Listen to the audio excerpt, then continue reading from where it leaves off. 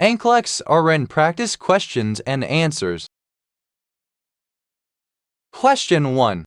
A 25-year-old client believes she may be pregnant with her first child. She schedules an obstetric examination with a nurse practitioner to determine the status of her possible pregnancy. Her last menstrual period began May 20, and her estimated date of confinement using Negel's rule is. Here are the options. Option A, March 27. Option B, February 1. Option C, February 27. Option D, January 3. The correct answer is option C, February 27. A March 27 is a miscalculation. B. February 1 is a miscalculation. C. February 27 is the correct answer. To calculate the estimated date of confinement using Negel's rule, subtract 3 months from the date that the last menstrual cycle began and then add 7 days to the result. D. January 3 is a miscalculation. Question 2. The nurse practitioner determines that a client is approximately 9 weeks gestation. During the visit, the practitioner informs the client about symptoms of physical changes that she will experience during her first trimester, such as, here are the options. Option A, nausea and vomiting. Option B, quickening. Option C, a 68 lb weight gain. Option D, abdominal enlargement. The correct answer is option A, nausea and vomiting. A nausea and vomiting are experienced by almost half of all pregnant women during the first 3 months of pregnancy as a result of elevated human chorionic gonadotropin levels and changed carbohydrate metabolism. B. Quickening is the mother's perception of fetal movement and generally does not occur until 1,820 weeks after the last menstrual period in primigravidas, but it may occur as early as 16 weeks in multigravidas. C. During the first trimester there should be only a modest weight gain of 24 lb. It is not uncommon for women to lose weight during the first trimester owing to nausea and or vomiting. D. Physical changes are not apparent until the second trimester when the uterus rises out of the pelvis. Question 3. A client is 6 weeks pregnant. During her first prenatal visit, she asks, how much alcohol is safe to drink during pregnancy? The nurse's response is, here are the options. Option A, up to 1 Oz daily. Option B, up to 2 Oz daily. Option C, up to 4 Oz weekly. Option D, no alcohol. The correct answer is option D, no alcohol. A, B, C. No amount of alcohol has been determined safe for pregnant women. Alcohol should be avoided owing to the risk of fetal alcohol syndrome. D. The recommended safe dosage of alcohol consumption during pregnancy is none. Question 4. A 38-year-old pregnant woman visits her nurse practitioner for her regular prenatal checkup. She is 30 weeks gestation. The nurse should be alert to which condition related to her age.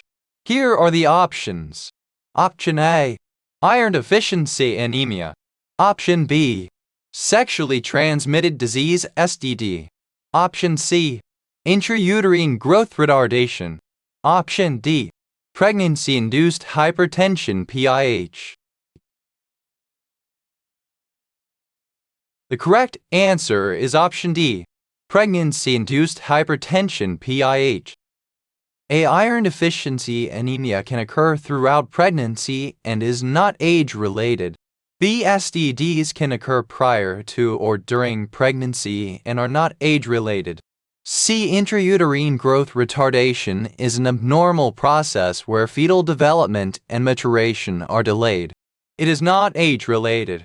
D. Physical risks for the pregnant client older than 35 include increased risk for PIH, cesarean delivery, fetal and neonatal mortality, and trisomy. Question 5.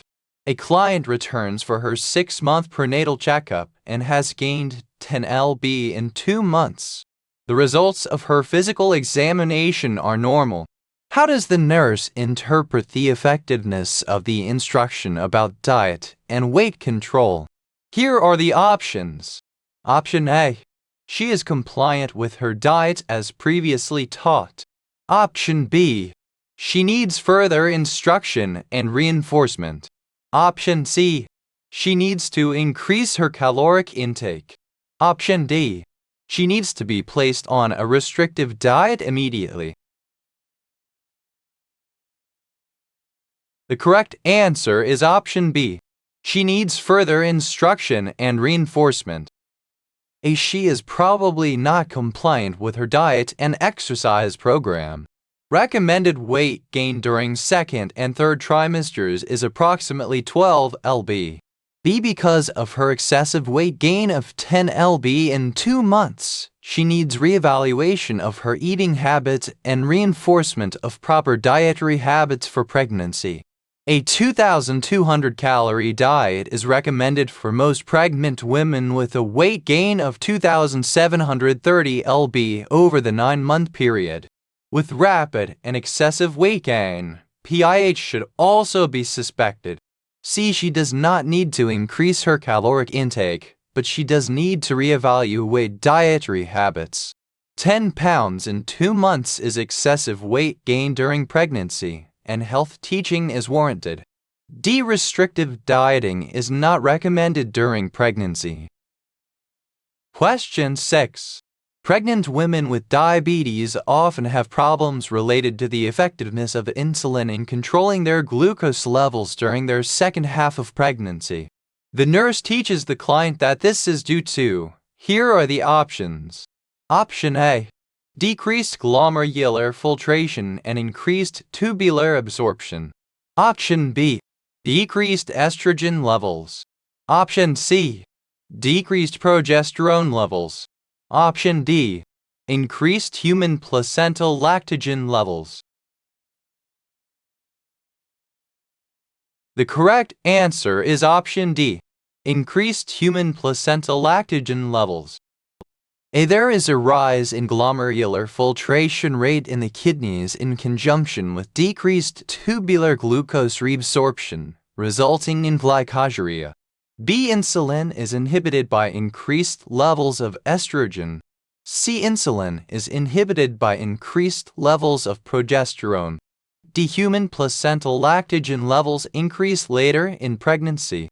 This hormonal antagonist reduces insulin's effectiveness, stimulates lipolysis, and increases the circulation of free fatty acids. Question 7. Diabetes during pregnancy requires tight metabolic control of glucose levels to prevent perinatal mortality. When evaluating the pregnant client, the nurse knows the recommended serum glucose range during pregnancy is. Here are the options. Option A. 70 mg/dl and 120 mg/dl. Option B. 100 mg/dl and 200 mg/dl. Option C. 40 mg/dl and 130 mg/dl. Option D. 90 mg/dl and 200 mg/dl. The correct answer is option A. 70 mg/dl and 120 mg/dl. The recommended range is 70,120 mg/dl to reduce the risk of perinatal mortality. B, C, D. These levels are not recommended. The higher the blood glucose, the worse the prognosis for the fetus. Hypoglycemia can also have detrimental effects on the fetus. Question 8. When assessing fetal heart rate status during labor, the monitor displays late decelerations with tachycardia and decreasing variability. What action should the nurse take? Here are the options. Option A. Continue monitoring because this is a normal occurrence. Option B. Turn client on right side. Option C. Decrease Roman 4 fluids. Option D.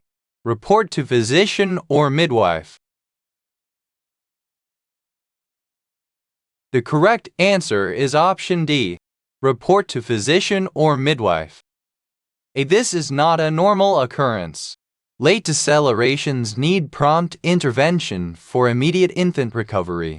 B. To increase O2 perfusion to the unborn infant, the mother should be placed on her left side. C. Roman 4 fluids should be increased, not decreased. D. Immediate action is warranted, such as reporting findings, turning mother on left side, administering O2, discontinuing oxytocin-pitocin, assessing maternal blood pressure and the labor process, preparing for immediate cesarean delivery, and explaining plan of action to client. Question 9. A client has been diagnosed as being preeclamptic. The physician orders magnesium sulfate. Magnesium sulfate MgSO4 is used in the management of preeclampsia for. Here are the options. Option A. Prevention of seizures. Option B. Prevention of uterine contractions. Option C. Sedation. Option D. Fetal lung protection. The correct answer is option A. Prevention of seizures. MgSO4 is classified as an anticonvulsant drug. In preeclampsia management, MgSO4 is used for prevention of seizures. MgSO4 has been used to inhibit hyperactive labor, but results are questionable. Negative side effects such as respiratory depression should not be confused with generalized sedation. MgSO4 does not affect lung maturity. The infant should be assessed for neuromuscular and respiratory depression. Question 10. The predominant purpose of the first UPGAR scoring of a newborn is to. Here are the options. Option A. Determine gross abnormal motor function. Option B. Obtain a baseline for comparison with the infant's future adaptation to the environment. Option C. Evaluate the infant's vital functions. Option D. Determine the extent of congenital malformations. The correct answer is option C. Evaluate the infant's vital functions. UPGAR scores are not related to the infant's care, but to the infant's physical condition. The UPGAR scores assess the current physical condition of the infant and are not related to future environmental adaptation. The purpose of the UPGAR system is to evaluate the physical condition of the newborn at birth and to determine if there is an immediate need for resuscitation. The congenital malformations are not one of the areas assessed with UPGAR scores. Question 11. Provide the 1-minute UPGAR score for an infant born with the following findings: heart rate above 100, respiratory effort slow, irregular muscle tone, some flexion of extremities, reflex irritability, vigorous cry, color, body pink, blue extremities. Here are the options. Option A. Dalen. Option B. Dead. Option C. It's. Option D. Naim. The correct answer is option A. A 7 out of a possible perfect score of 10 is correct. 2 points are given for heart rate above 100. 1 point is given for slow, irregular respiratory effort. 1 point is given for some flexion of extremities in assessing muscle tone. 2 points are given for vigorous cry in assessing reflex irritability. 1 point is assessed for color when the body is pink with blue extremities, acrocinosis. B. For a perfect UPGAR score of 10, the infant would have a heart rate over 100 but would also have a good cry, active motion, and be completely pink.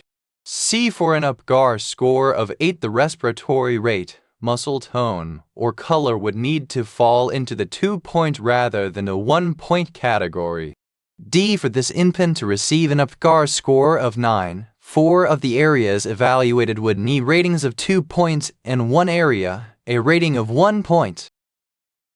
Question 12. A pregnant woman at 36 weeks gestation is followed for PIH and develops proteinuria. To increase protein in her diet, which of the following foods will provide the greatest amount of protein when added to her intake of 100 ml of milk? Here are the options. Option A, 50 milliliters light cream and 2 tablespoons corn syrup. Option B, 30 grams powdered skim milk and 1 egg. Option C, 1 small scoop 90g vanilla ice cream and 1 tablespoon chocolate syrup. Option D, 1 package vitamin-fortified gelatin drink. The correct answer is option B, 30 grams powdered skim milk and 1 egg. If this choice would provide more unwanted fat and sugar than protein, B. Skim milk would add protein. Eggs are good sources of protein while low in fat and calories. C. The benefit of protein from ice cream would be outweighed by the fat content. Chocolate syrup has caffeine, which is contraindicated or limited in pregnancy. D. Although most animal proteins are higher in protein than plant proteins, gelatin is not. It loses protein during the processing for food consumption. Question 13. The physician recommends immediate hospital admission for a client with PIH. She says to the nurse, "It's not so easy for me to just go right to the hospital like that." After acknowledging her feelings, which of these approaches by the nurse would probably be best? Here are the options. Option A, stress to the client that her husband would want her to do what is best for her health. Option B, explore with the client her perceptions of why she is unable to go to the hospital. Option C, repeat the physician's reasons for advising immediate hospitalization. Option D, explain to the client that she is ultimately responsible for her own welfare and that of her baby. The correct answer is option B. Explore with the client her perceptions of why she is unable to go to the hospital. This answer does not hold the client accountable for her own health. B. The nurse should explore potential reasons for the client's anxiety. Are there small children at home? Is the husband out of town? The nurse should aid the client in seeking support or interventions to decrease the anxiety of hospitalization. C. Repeating the physician's reason for recommending hospitalization may not aid the client in dealing with her reasons for anxiety. D. The concern for self and welfare of baby may be secondary to a woman who is in a crisis situation. The nurse should explore the client's potential reasons for anxiety. For example, is there another child in the home who is ill? Or is there a husband who is overseas and not able to return on short notice? Question 14. Which of the following findings would be abnormal in a postpartum woman? Here are the options. Option A, chills shortly after delivery. Option B, pulse rate of 60 bpm in morning on first post-delivery day. Option C, urinary output of 3,000 ml on the second day after delivery. Option D, an oral temperature of 101 F38.3 C on the third day after delivery. The correct answer is option D, an oral temperature of 101 F38.3 C on the third day after delivery. Frequently, the mother experiences a shaking chill immediately after delivery, which is related to a nervous response or to vasomotor changes. If not followed by a fever, it is clinically innocuous. B. The pulse rate during the immediate postpartum period may be low, but presents no cause for alarm. The body attempts to adapt to the decreased pressures intra-abdominally as well as from the reduction of blood flow to the vascular bed. C. Urinary output increases during the early postpartum period 1,224 hours owing to diuresis. The kidneys must eliminate an estimated 20,003,000 ml of extracellular fluid associated with a normal pregnancy. D. A temperature of 100.4 F38C may occur after delivery as a result of exertion and dehydration of labor. However, any temperature greater than 100.4 F needs further investigation to identify any infectious process. Question 15. What is the most effective method to identify early breast cancer lumps? Here are the options. Option A. Mammograms every 3 years. Option B. Yearly checkups performed by physician. Option C. Ultrasounds every 3 years. Option D. Monthly breast self-examination. The correct answer is option D. Monthly breast self-examination. Mammograms are less effective than breast self-examination for the diagnosis of abnormalities in younger women who have denser breast tissue. They are more effective for women older than 40.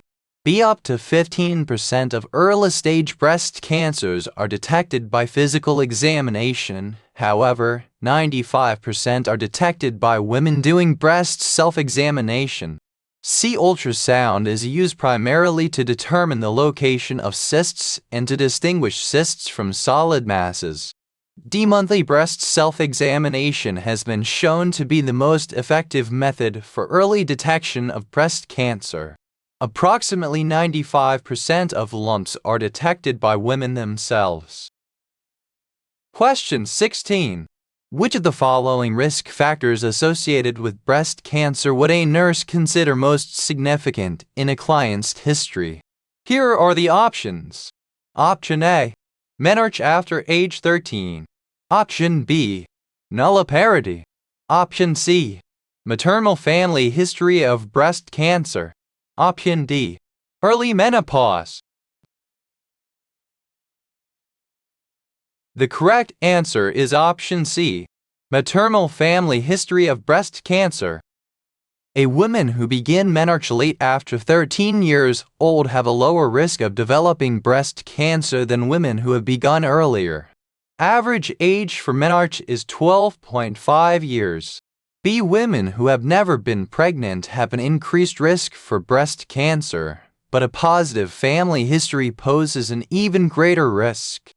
A positive family history puts a woman at an increased risk of developing breast cancer. It is recommended that mammography screening begin 5 years before the age at which an immediate female relative was diagnosed with breast cancer. D. Early menopause decreases the risk of developing breast cancer. Question 17. Which of the following procedures is necessary to establish a definitive diagnosis of breast cancer? Here are the options. Option A. Diaphanography. Option B. Mammography. Option C. Thermography. Option D. Breast tissue biopsy. The correct answer is option D. Breast tissue biopsy. Diaphanography, also known as transillumination, is a painless, non-invasive imaging technique that involves shining a light source through the breast tissue to visualize the interior. It must be used in conjunction with a mammogram and physical examination. The mammography is a useful tool for screening but is not considered a means of diagnosing breast cancers. Thermography is a pictorial representation of heat patterns on the surface of the breast. Breast cancers appear as a hot spot owing to their higher metabolic rate. Biopsy, either by needle aspiration or by surgical incision, is the primary diagnostic technique for confirming the presence of cancer cells.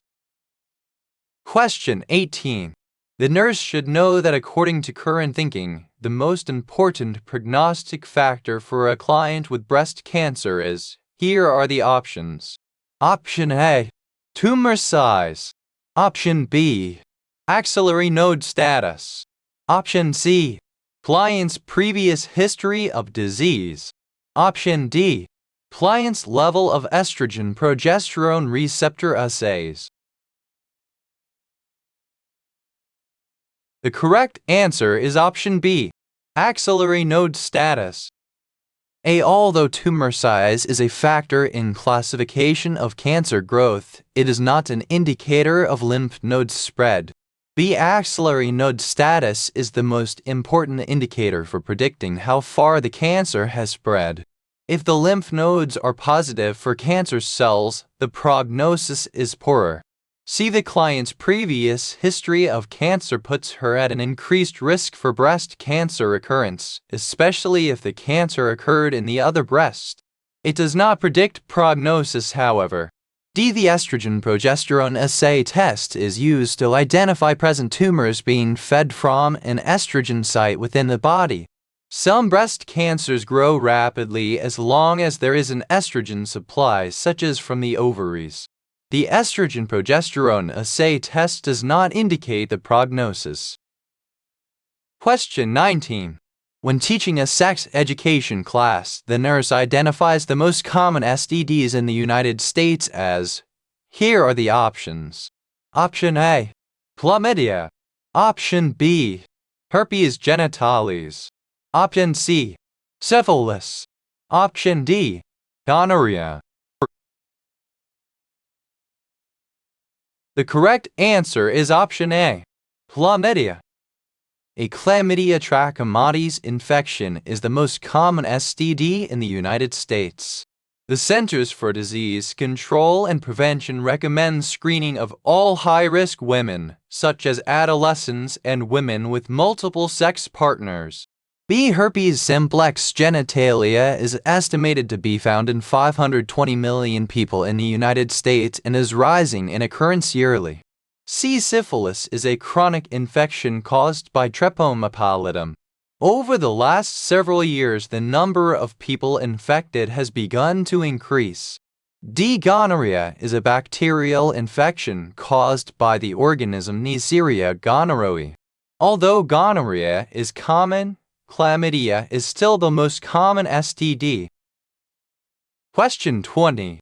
A 30-year-old male client is admitted to the psychiatric unit with a diagnosis of bipolar disorder. For the last 2 months, his family describes him as being on the move, sleeping 34 hours nightly, spending lots of money, and losing approximately 10 lb. During the initial assessment with the client, the nurse would expect him to exhibit which of the following? Here are the options. Option A. Short, polite responses to interview questions. Option B. Introspection related to his present situation. Option C.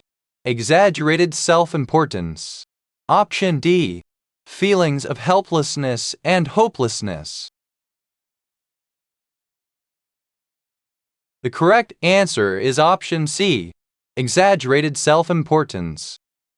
And during the manic phase of bipolar disorder, clients have short attention spans and may be abusive toward authority figures. B. Introspection requires focusing and concentration. Clients with mania experience flight of ideas, which prevents concentration. C. Grandiosity and an inflated sense of self-worth are characteristic of this disorder.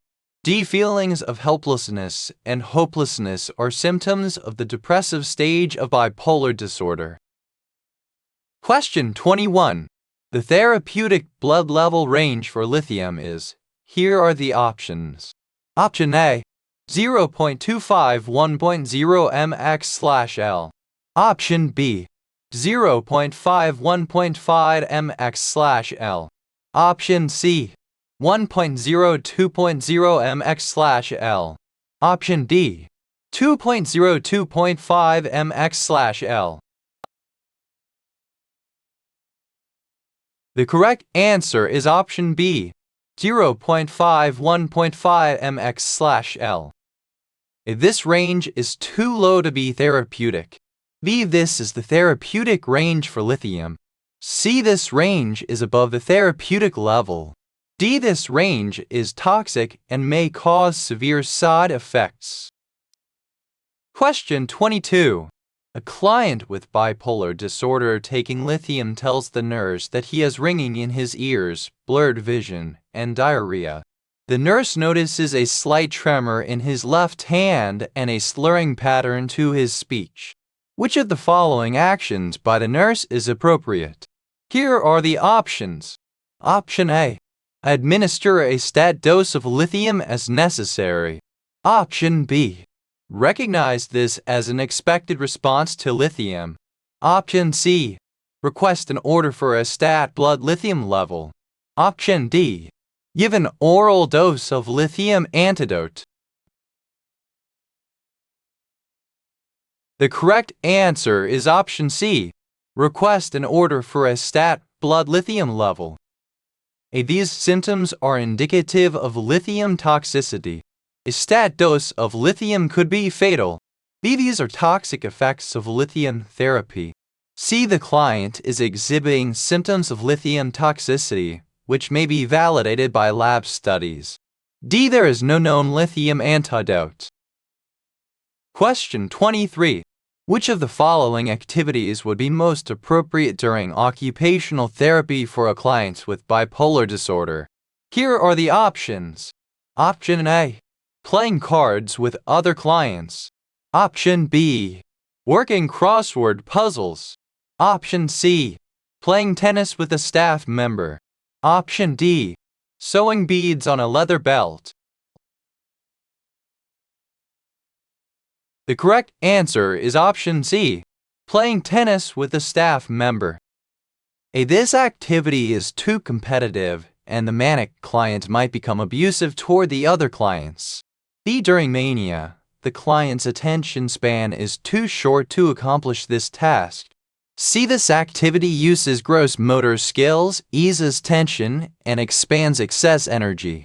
A staff member is better equipped to interact therapeutically with clients. D. This activity requires the use of fine motor skills and is very tedious. Question 24. A client diagnosed with bipolar disorder continues to be hyperactive and to lose weight. Which of the following nutritional interventions would be most therapeutic for him at this time? Here are the options. Option A. Small, frequent feedings of foods that can be carried. Option B. Tube feedings with nutritional supplements. Option C. Allowing him to eat when and what he wants. Option D. Giving him a quiet place where he can sit down to eat meals. The correct answer is option A. Small, frequent feedings of foods that can be carried. The manic client is unable to sit still long enough to eat an adequate meal. Small, frequent feedings with finger foods allow him to eat during periods of activity. This type of therapy should be implemented when other methods have been exhausted. C. The manic client should not be in control of his treatment plan. This type of client may forget to eat. D. The manic client is unable to sit down to eat full meals. Question 25. 3 weeks following discharge, a male client is readmitted to the psychiatric unit for depression. His wife stated that he had threatened to kill himself with a handgun. As the nurse admits him to the unit, he says, "I wish I were dead because I am worthless to everyone. I guess I am just no good." Which response by the nurse is most appropriate at this time? Here are the options. Option A. I don't think you are worthless. I'm glad to see you, and we will help you. Option B. Don't you think this is a sign of your illness? Option C. I know with your wife and new baby that you do have a lot to live for. Option D. You've been feeling sad and alone for some time now? The correct answer is option D. You've been feeling sad and alone for some time now? This response does not acknowledge the client's feelings. This is a closed question and does not encourage communication. C. This response negates the client's feelings and does not require a response from the client. D. This acknowledges the client's implied thoughts and feelings and encourages a response. Question 26. Which of the following statements relevant to a suicidal client is correct? Here are the options. Option A. The more specific a client's plan, the more likely he or she is to attempt suicide. Option B. A client who is unsuccessful at a first suicide attempt is not likely to make future attempts. Option C. A client who threatens suicide is just seeking attention and is not likely to attempt suicide. Option D. Nurses who care for a client who has attempted suicide should not make any reference to the word suicide in order to protect the client's ego. The correct answer is option A. The more specific a client's plan, the more likely he or she is to attempt suicide. A. This is a high-risk factor for potential suicide.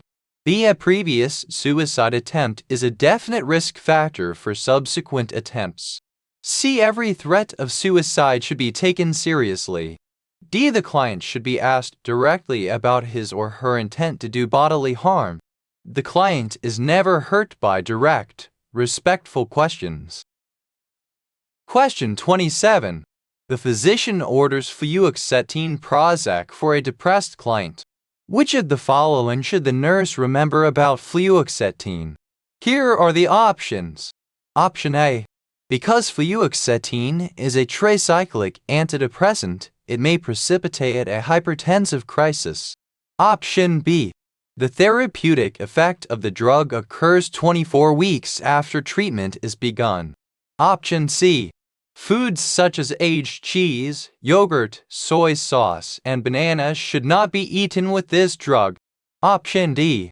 Fluoxetine may be administered safely in combination with monoamine oxidase MAO inhibitors. The correct answer is option B. The therapeutic effect of the drug occurs 24 weeks after treatment is begun. A fluoxetine is not a tricyclic antidepressant. It is an atypical antidepressant. B. This statement is true. C. These foods are high in tyramine and should be avoided when the client is taking MAO inhibitors. Fluoxetine is not an MAO inhibitor. D. Fatal reactions have been reported in clients receiving fluoxetine in combination with MAO inhibitors. Question 28. The day following his admission, the nurse sits down by a male client on the sofa in the day room.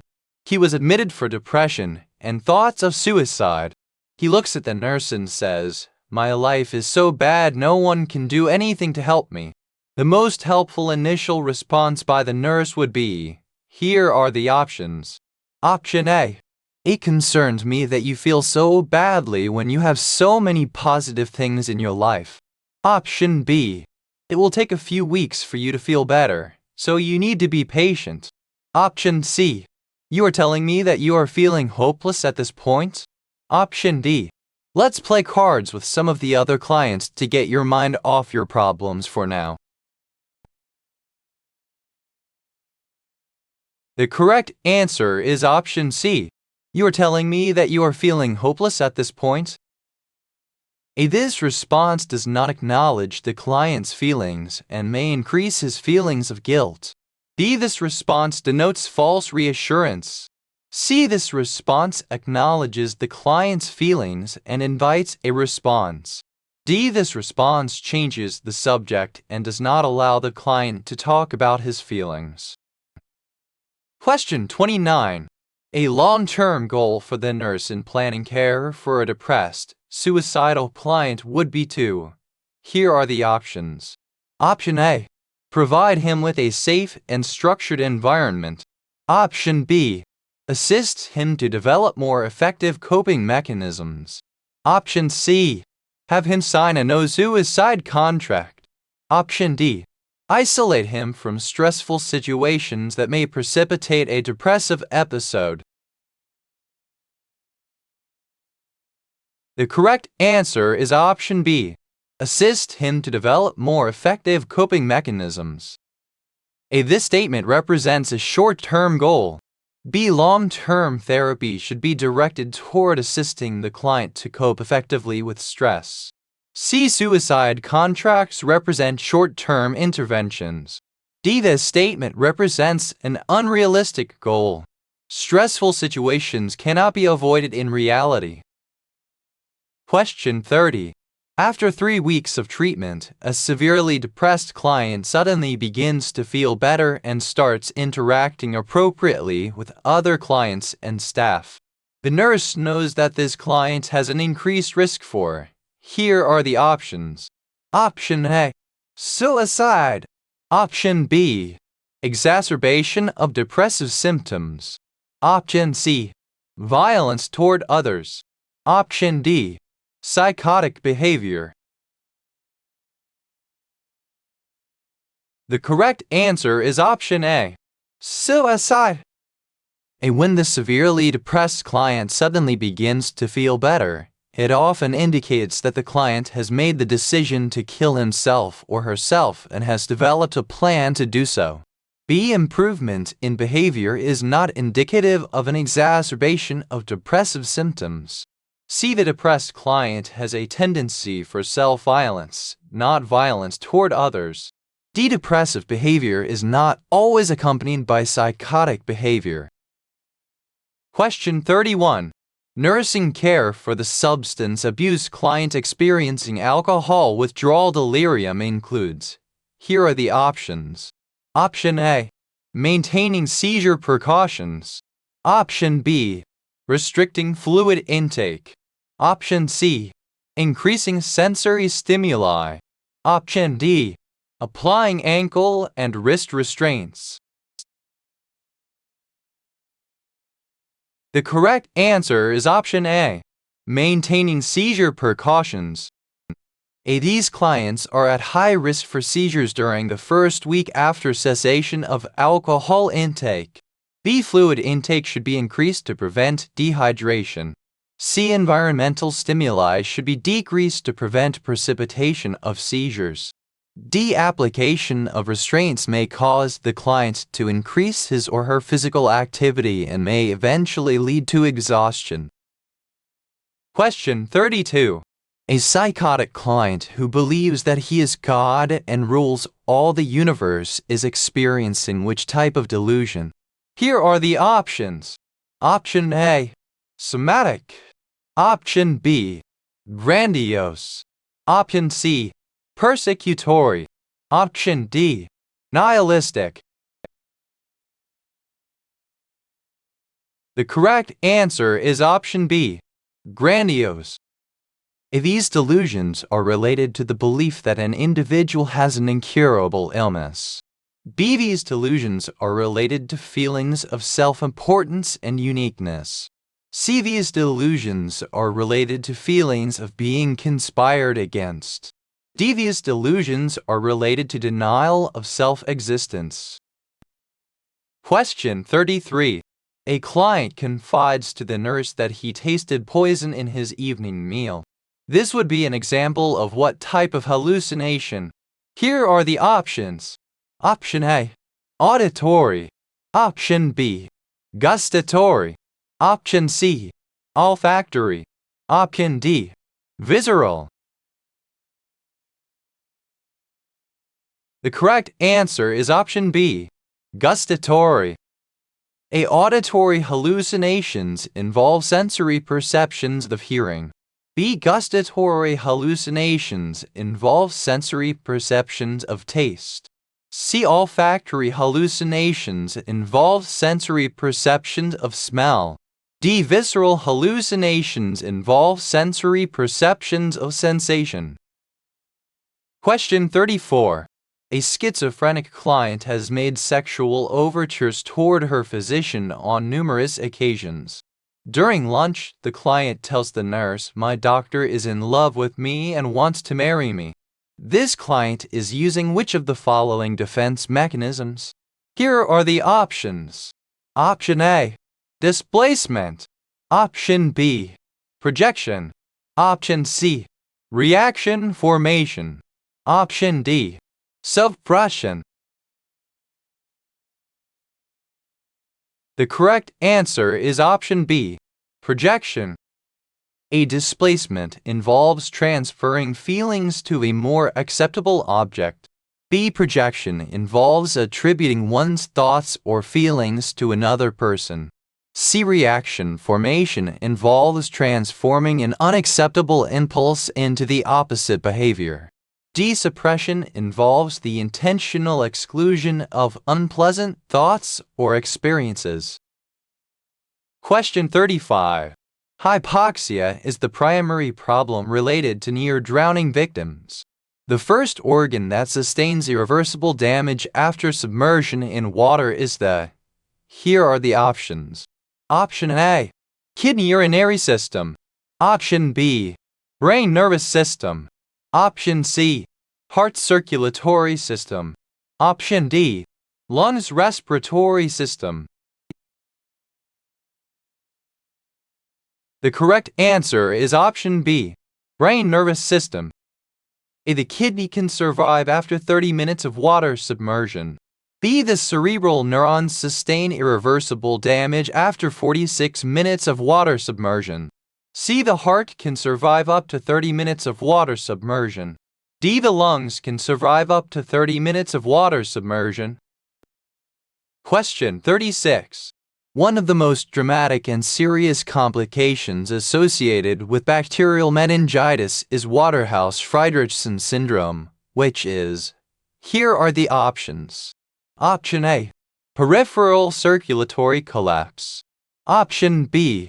Syndrome of inappropriate antidiuretic hormone. Option C. Cerebral edema resulting in hydrocephalus. Option D. Auditory nerve damage resulting in permanent hearing loss. The correct answer is option A. Peripheral circulatory collapse. A Waterhouse-Friderichsen syndrome is peripheral circulatory collapse, which may result in extensive and diffuse intravascular coagulation and thrombocytopenia resulting in death. The syndrome of inappropriate antidiuretic hormone is a complication of meningitis, but it is not Waterhouse-Friderichsen syndrome. C. Cerebral edema resulting in hydrocephalus is a complication of meningitis, but it is not Waterhouse-Friderichsen syndrome. D. Auditory nerve damage resulting in permanent hearing loss is a complication of meningitis, but it is not Waterhouse-Friderichsen syndrome. Question 37. An 8-year-old child comes to the physician's office complaining of swelling and pain in the knees. His mother says the swelling occurred for no reason and it keeps getting worse. The initial diagnosis is Lyme disease. When talking to the mother and child, questions related to which of the following would be important to include in the initial history. Here are the options. Option A. A decreased urinary output and flank pain. Option B. A fever of over 103 F occurring over the last 23 weeks. Option C. Rashes covering the palms of the hands and the soles of the feet. Option D. Headaches, malaise, or sore throat. The correct answer is option D. Headaches, malaise, or sore throat. A urinary tract symptoms are not commonly associated with Lyme disease. B. A fever of 103 F is not characteristic of Lyme disease. C. The rash that is associated with Lyme disease does not appear on the palms of the hands and the soles of the feet. D. Classic symptoms of Lyme disease include headache, malaise, fatigue, anorexia, stiff neck, generalized lymphadenopathy, splenomegaly, conjunctivitis, sore throat, abdominal pain, and cough. Question 38. The most commonly known vectors of Lyme disease are. Here are the options. Option A. Mites. Option B. Fleas. Option C. Ticks. Option D. Mosquitoes. The correct answer is option C. A mites are not the common vector of Lyme disease. B fleas are not the common vector of Lyme disease. C ticks are the common vector of Lyme disease. D mosquitoes are not the common vector of Lyme disease. Question 39. A laboratory technique specific for diagnosing Lyme disease is. Here are the options. Option A. Polymerase chain reaction. Option B. Heterophil antibody test. Option C. Decreased serum calcium level. Option D. Increased serum potassium level. The correct answer is option A. Polymerase chain reaction. A polymerase chain reaction is the laboratory technique specific for Lyme disease. The heterophil antibody test is used to diagnose mononucleosis. C. Lyme disease does not decrease the serum calcium level. D. Lyme disease does not increase the serum potassium level. Question 40. The nurse would expect to include which of the following when planning the management of the client with Lyme disease? Here are the options. Option A. Complete bed rest for 68 weeks. Option B. Tetracycline treatment. Option C. Roman 4-amphotericin B. Option D. High-protein diet with limited fluids. The correct answer is option B. Tetracycline treatment. If the client is not placed on complete bed rest for 6 weeks, B. Tetracycline is the treatment of choice for children with Lyme disease who are over the age of 9. C. Roman 4-amphotericin B is the treatment for histoplasmosis. D. The client is not restricted to a high-protein diet with limited fluids. Question 41. A 3-year-old child is hospitalized with burns covering her trunk and lower extremities.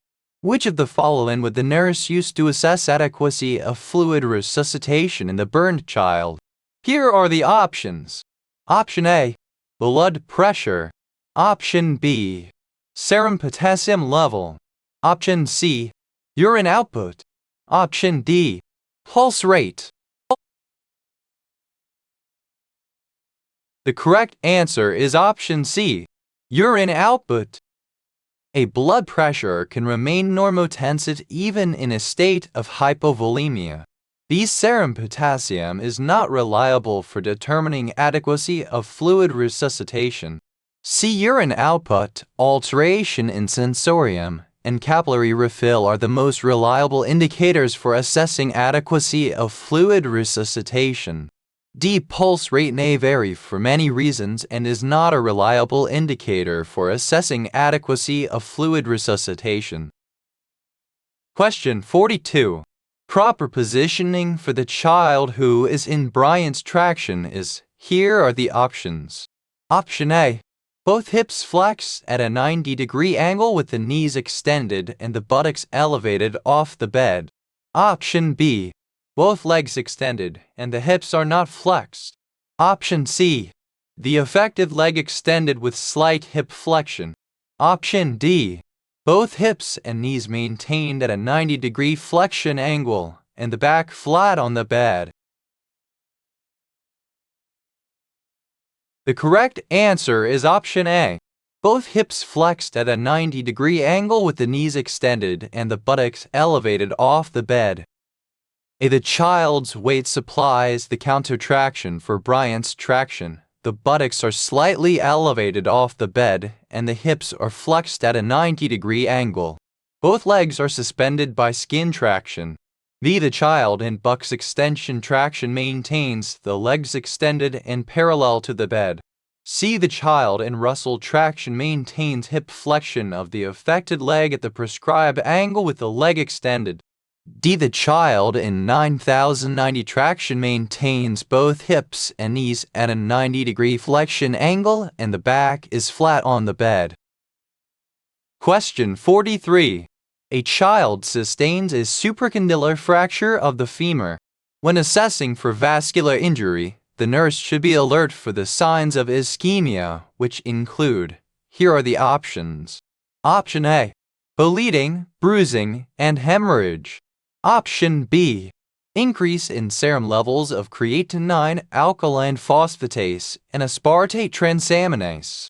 Option C, pain, pallor, pulselessness, paresthesia, and paralysis.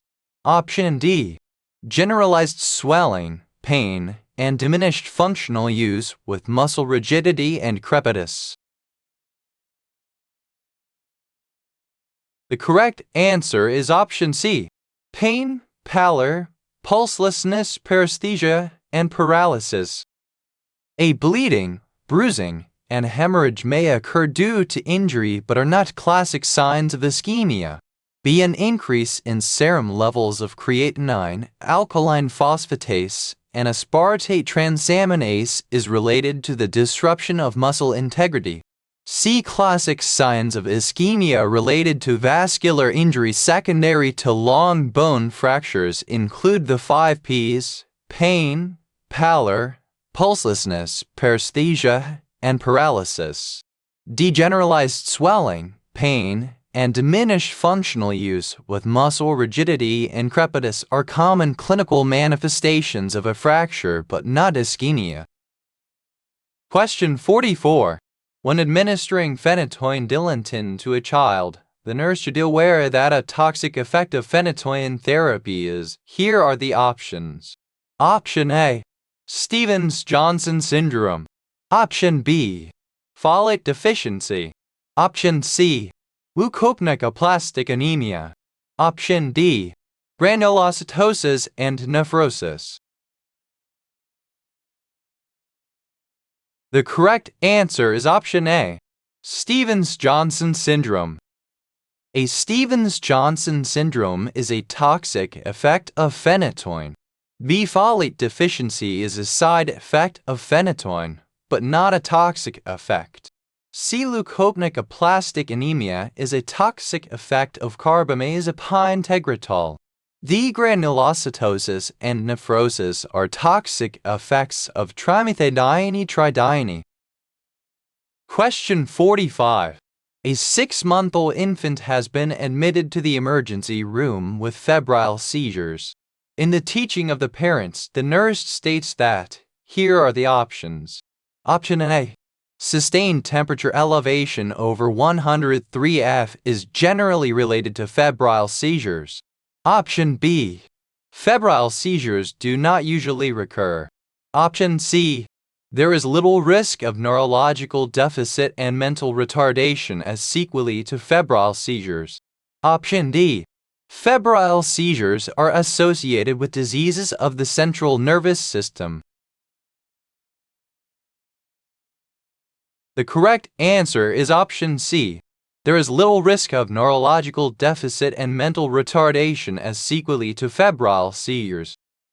A. The temperature elevation related to febrile seizures generally exceeds 101 F, and seizures occur during the temperature rise rather than after a prolonged elevation. The febrile seizures may recur and are more likely to do so when the first seizure occurs in the first year of life. C. There is little risk of neurological deficit, mental retardation, or altered behaviors secondary to febrile seizures. D. Febrile seizures are associated with disease of the central nervous system. Question 46. When assessing a child with diabetes insipidus, the nurse should be aware of the cardinal signs of. Here are the options. Option A, anemia and vomiting. Option B, polyuria and polydipsia. Option C, irritability relieved by feeding formula. Option D, hypothermia and azotemia. The correct answer is option B, polyuria and polydipsia. Anemia and vomiting are not cardinal signs of diabetes insipidus. B. Polyuria and polydipsia are the cardinal signs of diabetes insipidus. C. Irritability relieved by feeding water, not formula, is a common sign, but not the cardinal sign of diabetes insipidus. D. Hypothermia and azotemia are signs, but not cardinal signs, of diabetes insipidus. Question 47. The usual treatment for diabetes insipidus is with IM or SC injection of vasopressin tannate in oil. Nursing care related to the client receiving IM vasopressin tannate would include, here are the options. Option A. Weigh once a week and report to the physician any weight gain of 10 lb. Option B. Limit fluid intake to 500 ml/day. Option C. Store the medication in a refrigerator and allow to stand at room temperature for 30 minutes prior to administration. Option D. Hold the vial under warm water for 1,015 minutes and shake vigorously before drawing medication into the syringe. The correct answer is option D. Hold the vial under warm water for 1,015 minutes and shake vigorously before drawing medication into the syringe. A weight should be obtained daily. The fluid is not restricted but is given according to urine output. C. The medication does not have to be stored in a refrigerator. D. Holding the vial under warm water for 1,015 minutes or rolling between your hands and shaking vigorously before drawing medication into the syringe activates the medication in the oil solution. Question 48. A child is admitted to the emergency room with her mother. Her mother states that she has been exposed to chickenpox. During the assessment, the nurse would note a characteristic rash. Here are the options. Option A. That is covered with vesicular scabs all in the macular stage. Option B. That appears profusely on the trunk and sparsely on the extremities. Option C. That first appears on the neck and spreads downward. Option D. That appears especially on the cheeks, which gives a slap cheek appearance. The correct answer is option B. That appears profusely on the trunk and sparsely on the extremities. A rash with vesicular scabs in all stages macule, papule, vesicle, and crusts. B. A rash that appears profusely on the trunk and sparsely on the extremities. C. A rash that first appears on the neck and spreads downward is characteristic of rubeola and rubella. D. A rash, especially on the cheeks, that gives a slap cheek appearance is characteristic of rosola. Question 49. Discharge teaching was effective if the parents of a child with atopic dermatitis could state the importance of. Here are the options. Option A. Maintaining a high humidified environment. Option B. Furry, soft stuffed animals for play. Option C. Showering 34 times a day. Option D. Wrapping hands in soft cotton gloves. The correct answer is option D. Wrapping hands in soft cotton gloves. A. Maintaining a low humidified environment. B. Avoiding furry, soft stuffed animals for play, which may increase symptoms of allergy. C. Avoiding showering, which irritates the dermatitis, and encouraging bathing 4 times a day in cold bath for temporary relief.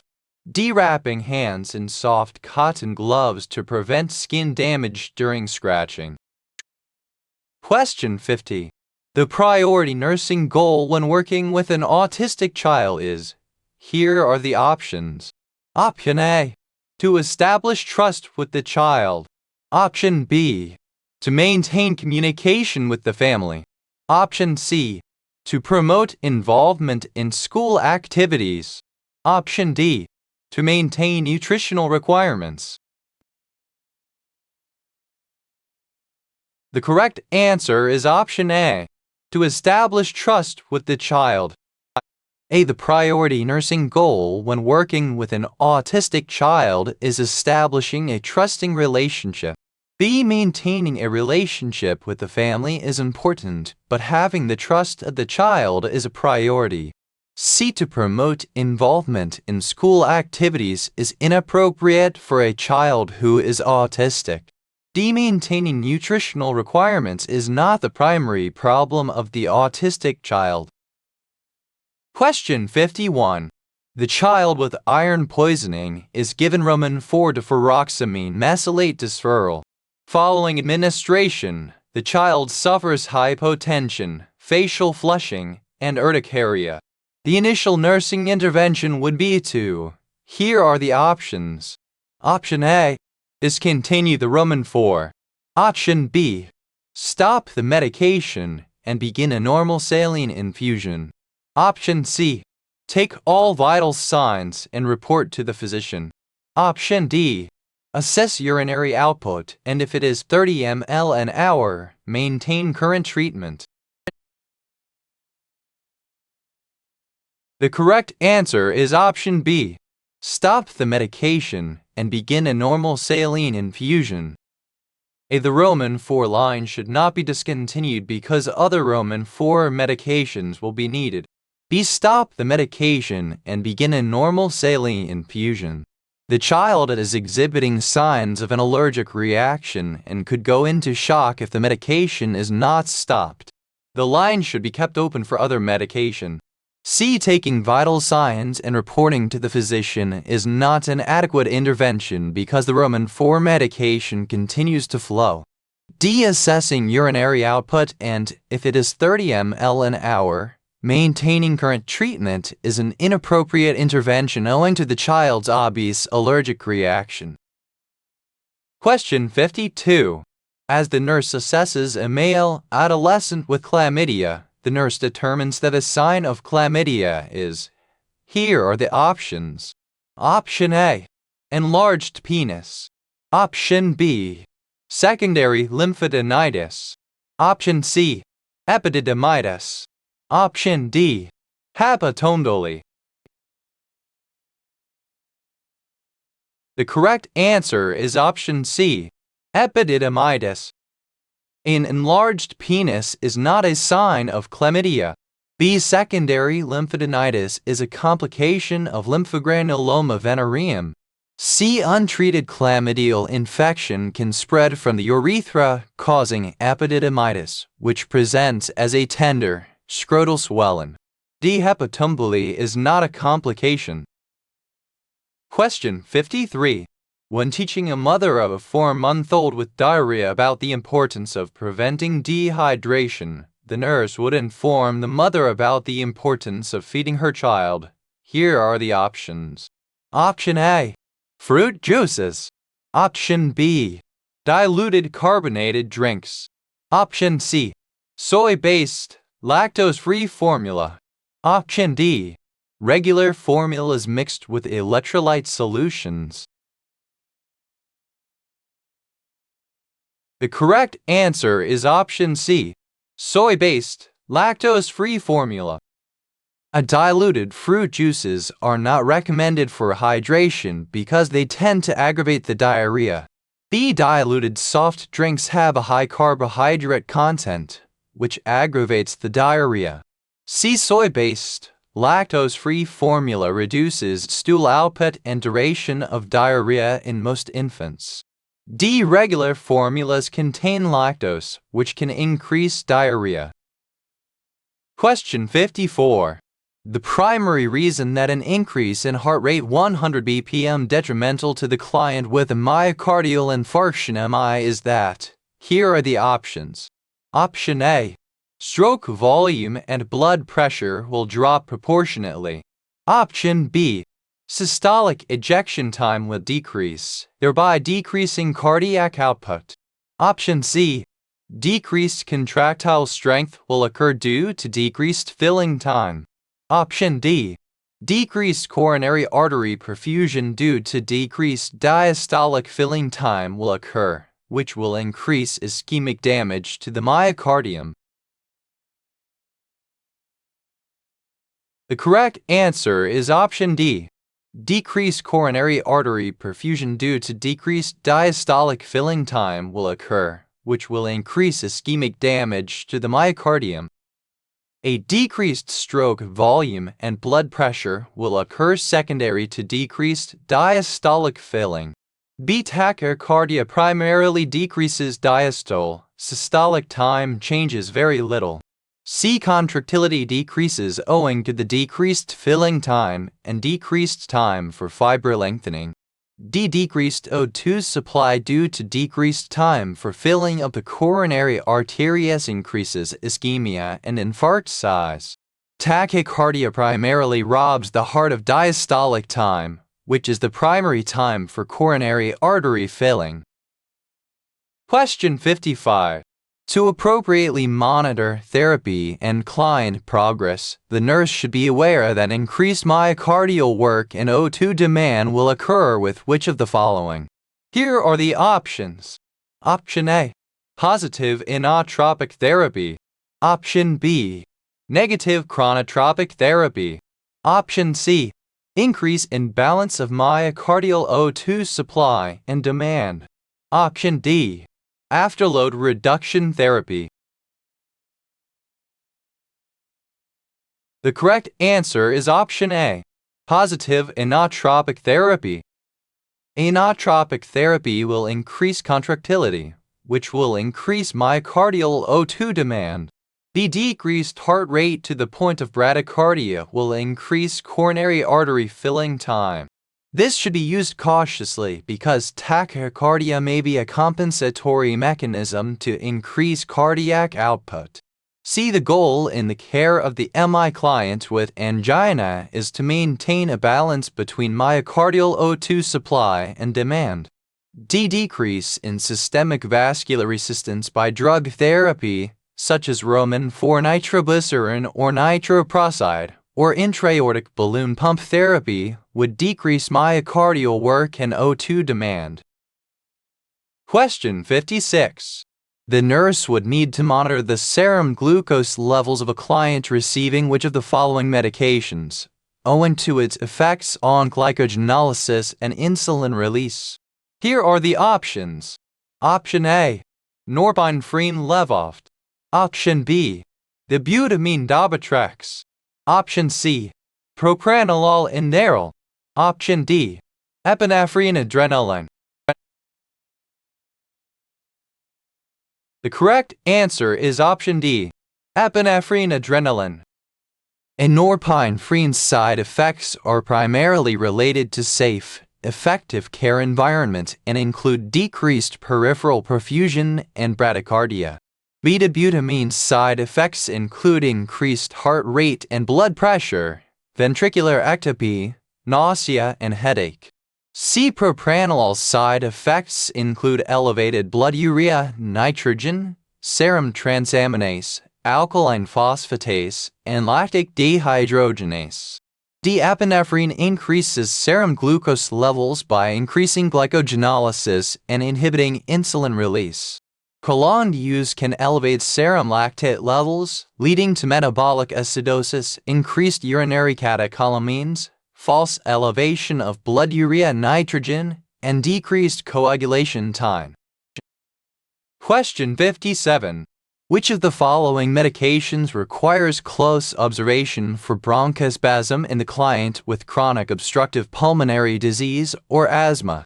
Here are the options. Option A. Verapamil isopten. Option B. Amrinone Enocker. Option C. Epinephrine Adrenaline. Option D. Propranolol Inderal. The correct answer is option D. Propranolol Inderal. A verapamil has the respiratory side effect of nasal or chest congestion, dyspnea, shortness of breath (SOB), and wheezing. B. Amrinone has the effect of increased contractility and dilation of the vascular smooth muscle. It has no noted respiratory side effects. C. Epinephrine has the effect of bronchodilation through stimulation.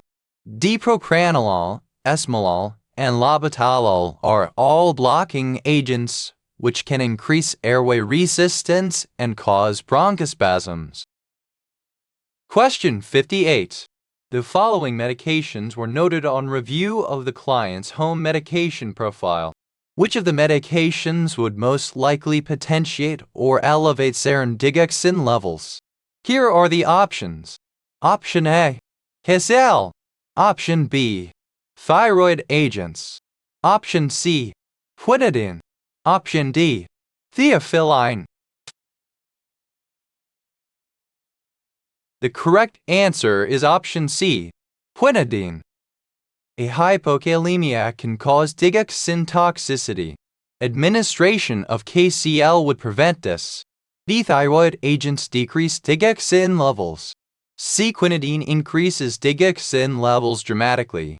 D. Theophylline is not noted to have an effect on digoxin levels. Question 59. In the client with a diagnosis of coronary artery disease, the nurse would anticipate the complication of bradycardia with occlusion of which coronary artery? Here are the options. Option A, right coronary artery. Option B, left main coronary artery. Option C, circumflex coronary artery. Option D, left anterior descending coronary artery. The correct answer is option A, right coronary artery. A sinus bradycardia and atrioventricular AV heart block are usually a result of right coronary artery occlusion. The right coronary artery perfuses the sinoatrial and AV nodes in most individuals. The occlusion of the left main coronary artery causes bundle branch blocks and premature ventricular contractions. C. Occlusion of the circumflex artery does not cause bradycardia. D. Sinus tachycardia occurs primarily with left anterior descending coronary artery occlusion because this form of occlusion impairs left ventricular function. Question 60. When inspecting a cardiovascular client, the nurse notes that he needs to sit upright to breathe. This behavior is most indicative of. Here are the options. Option A, pericarditis. Option B, anxiety. Option C, congestive heart failure. Option D, angina. The correct answer is option C, congestive heart failure. A pericarditis can cause dyspnea, but primarily causes chest pain. B. Anxiety can cause dyspnea resulting in SOB, yet it is not typically influenced by degree of head elevation. C. The inability to oxygenate well without being upright is most indicative of congestive heart failure due to alveolar drowning. D. Angina causes primarily chest pain. Any SOB associated with angina is not influenced by body position. Question 61. When a client questions the nurse as to the purpose of exercise electrocardiography ECG in the diagnosis of cardiovascular disorders, the nurse's response should be based on the fact that, here are the options. Option A. The test provides a baseline for further tests. Option B. The procedure simulates usual daily activity and myocardial performance. Option C. The client can be monitored while cardiac conditioning and heart toning are done. Option D. Ischemia can be diagnosed because exercise increases O2 consumption and demand. The correct answer is option D.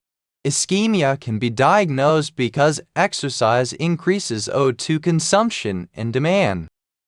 A. The purpose of the study is not to provide a baseline for further tests. B. The test causes an increase in O2 demand beyond that required to perform usual daily activities.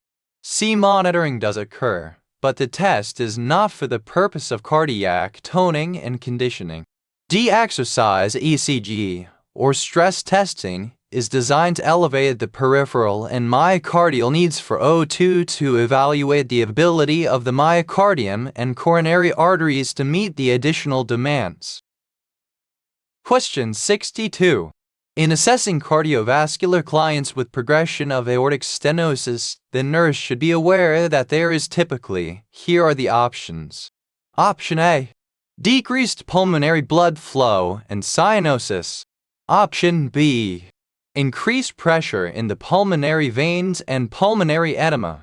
Option C, systemic venous engorgement. Option D, increased left ventricular systolic pressures and hypertrophy.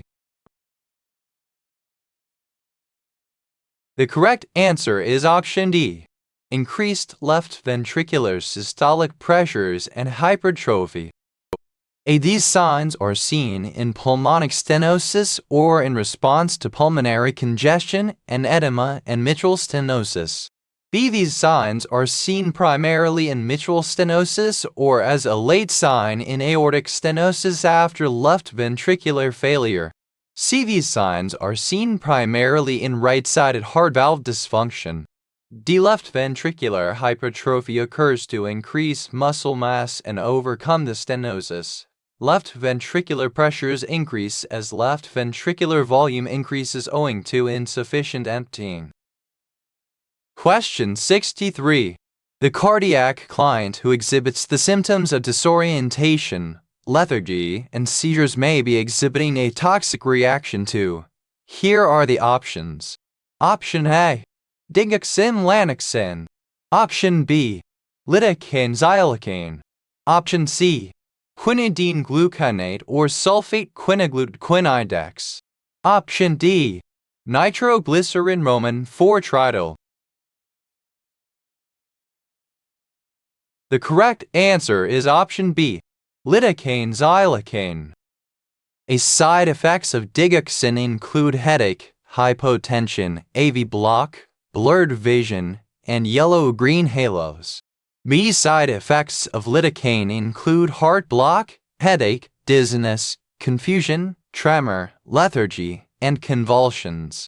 C. Side effects of quinidine include heart block, hepatotoxicity, thrombocytopenia, and respiratory depression. D. Side effects of nitroglycerin include postural hypotension, headache, dizziness, and flushing. Question 64. Which of the following ECG changes would be seen as a positive myocardial stress test response? Here are the options. Option A, hyperacute T wave. Option B, prolongation of the PR interval. Option C, SD segment depression. Option D, pathological Q wave. The correct answer is option C, SD segment depression. Hyperacute T waves occur with hyperkalemia. B. Prolongation of the PR interval occurs with first-degree AV block. C. Horizontal SD segment depression of 1 mm during exercise is definitely a positive criterion on the exercise ECG test. D. Pathological Q waves occur with MI. Question 65. Assessment of the client with pericarditis may reveal which of the following? Here are the options. Option A, ventricular gallop and substernal chest pain. Option B, narrowed pulse pressure and shortness of breath. Option C, pericardial friction rub and pain on deep inspiration. Option D, pericardial tamponade and widened pulse pressure. The correct answer is option C, pericardial friction rub and pain on deep inspiration. No S3 or S4 are noted with pericarditis. B. No change in pulse pressure occurs. C. The symptoms of pericarditis vary with the cause, but they usually include chest pain, dyspnea, tachycardia, rise in temperature, and friction rub caused by fibrin or other deposits. The pain seen with pericarditis typically worsens with deep inspiration. D. Tamponade is not typically seen early on, and no change in pulse pressure occurs. Question 66. Clinical manifestations seen in left-sided rather than in right-sided heart failure are. Here are the options. Option A, elevated central venous pressure and peripheral edema. Option B, dyspnea and jaundice. Option C, hypotension and hepatomegaly. Option D, decreased peripheral perfusion and rales. The correct answer is option D, decreased peripheral perfusion and rales. A, B, C. Clinical manifestations of right-sided heart failure are weakness, peripheral edema, jugular venous distension, hepatomegaly, jaundice, and elevated central venous pressure. D. Clinical manifestations of left-sided heart failure are left ventricular dysfunction, decreased cardiac output, hypotension, and the backward failure as a result of increased left atrium and pulmonary artery pressures, pulmonary edema, and rales. Question 67. Which classification of drugs is contraindicated for the client with hypertrophic cardiomyopathy? Here are the options. Option A, positive inotropes. Option B, vasodilators. Option C, diuretics. Option D, antidysrhythmics. The correct answer is option A, positive inotropes. A positive inotropic agents should not be administered owing to their action of increasing myocardial contractility. Increased ventricular contractility would increase outflow tract obstruction in the client with hypertrophic cardiomyopathy. B. Vasodilators are not typically prescribed but are not contraindicated. C. Diuretics are used with caution to avoid causing hypovolemia. D. Antidysrhythmics are typically needed to treat both atrial and ventricular dysrhythmias. Question 68. To ensure proper client education, the nurse should teach the client taking SL nitroglycerin to expect which of the following responses with administration. Here are the options. Option A, stinging, burning when placed under the tongue. Option B, temporary blurring of vision. Option C, generalized urticaria with prolonged use. Option D, urinary frequency. The correct answer is option A, stinging, burning when placed under the tongue. A stinging or burning when nitroglycerin is placed under the tongue is to be expected. This effect indicates that the medication is potent and effective for use. Failure to have this response means that the client needs to get a new bottle of nitroglycerin. B, C, D. The other responses are not expected in this situation and are not even side effects. Question 69. When a client is receiving vasoactive therapy Roman 4, such as dopamine intropin, and extravasation occurs, the nurse should be prepared to administer which of the following medications directly into the site. Here are the options. Option A, phentolamine rogitine. Option B, epinephrine. Option C, phenylephrine neosynephrine. Option D, sodium bicarbonate. The correct answer is option A, phentolamine rogitine. A phentolamine is given to counteract the adrenergic effects that cause ischemia and necrosis of local tissue. The epinephrine is an endogenous catecholamine that produces vasoconstriction and increases heart rate and contractility. C-phenylephrine causes constriction of arterioles of skin, mucous membranes, and viscera, which in turn can cause ischemia and necrosis. D-sodium bicarbonate is an alkalinizing agent that is incompatible with dopamine. Question 70. Which of the following would differentiate acute from chronic respiratory acidosis in the assessment of the trauma client? Here are the options. Option A, increased PaCO2. Option B, decreased PaO2. Option C, increased HCO3. Option D, decreased base excess. The correct answer is option C, increased HCO3. Increased CO2 will occur in both acute and chronic respiratory acidosis. B. Hypoxia does not determine acid-base status. C. Elevation of HCO3 is a compensatory mechanism in acidosis that occurs almost immediately, but it takes hours to show any effect and days to reach maximum compensation. Renal disease and diuretic therapy may impair the ability of the kidneys to compensate. D. Base excess is a non-respiratory contributor to acid-base balance. It would increase to compensate for acidosis. Question 71. Which of the following signs and symptoms indicates a tension pneumothorax as compared to an open pneumothorax? Here are the options. Option A. Ventilation perfusion B./Q.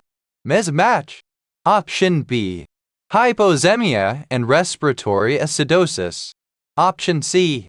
Mediastinal tissue and organ shifting. Option D. Decreased tidal volume and tachypnea. The correct answer is option C, mediastinal tissue and organ shifting. A, B, DVs occur in both tension pneumothorax and open pneumothorax. C. The tension pneumothorax acts like a one-way valve so that the pneumothorax increases with each breath. Eventually, it occupies enough space to shift mediastinal tissue toward the unaffected side away from the midline. Tracheal deviation, movement of point of maximum impulse, and decreased cardiac output will occur. The other three options will occur in both types of pneumothorax. Question 72. Hematotympanium and autouria are associated with which of the following head injuries? Here are the options. Option A. Basilar skull fracture. Option B. Subdural hematoma. Option C. Epidural hematoma. Option D. Frontal lobe fracture.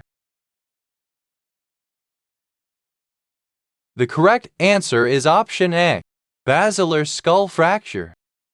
A basilar skull fractures are fractures of the base of the skull.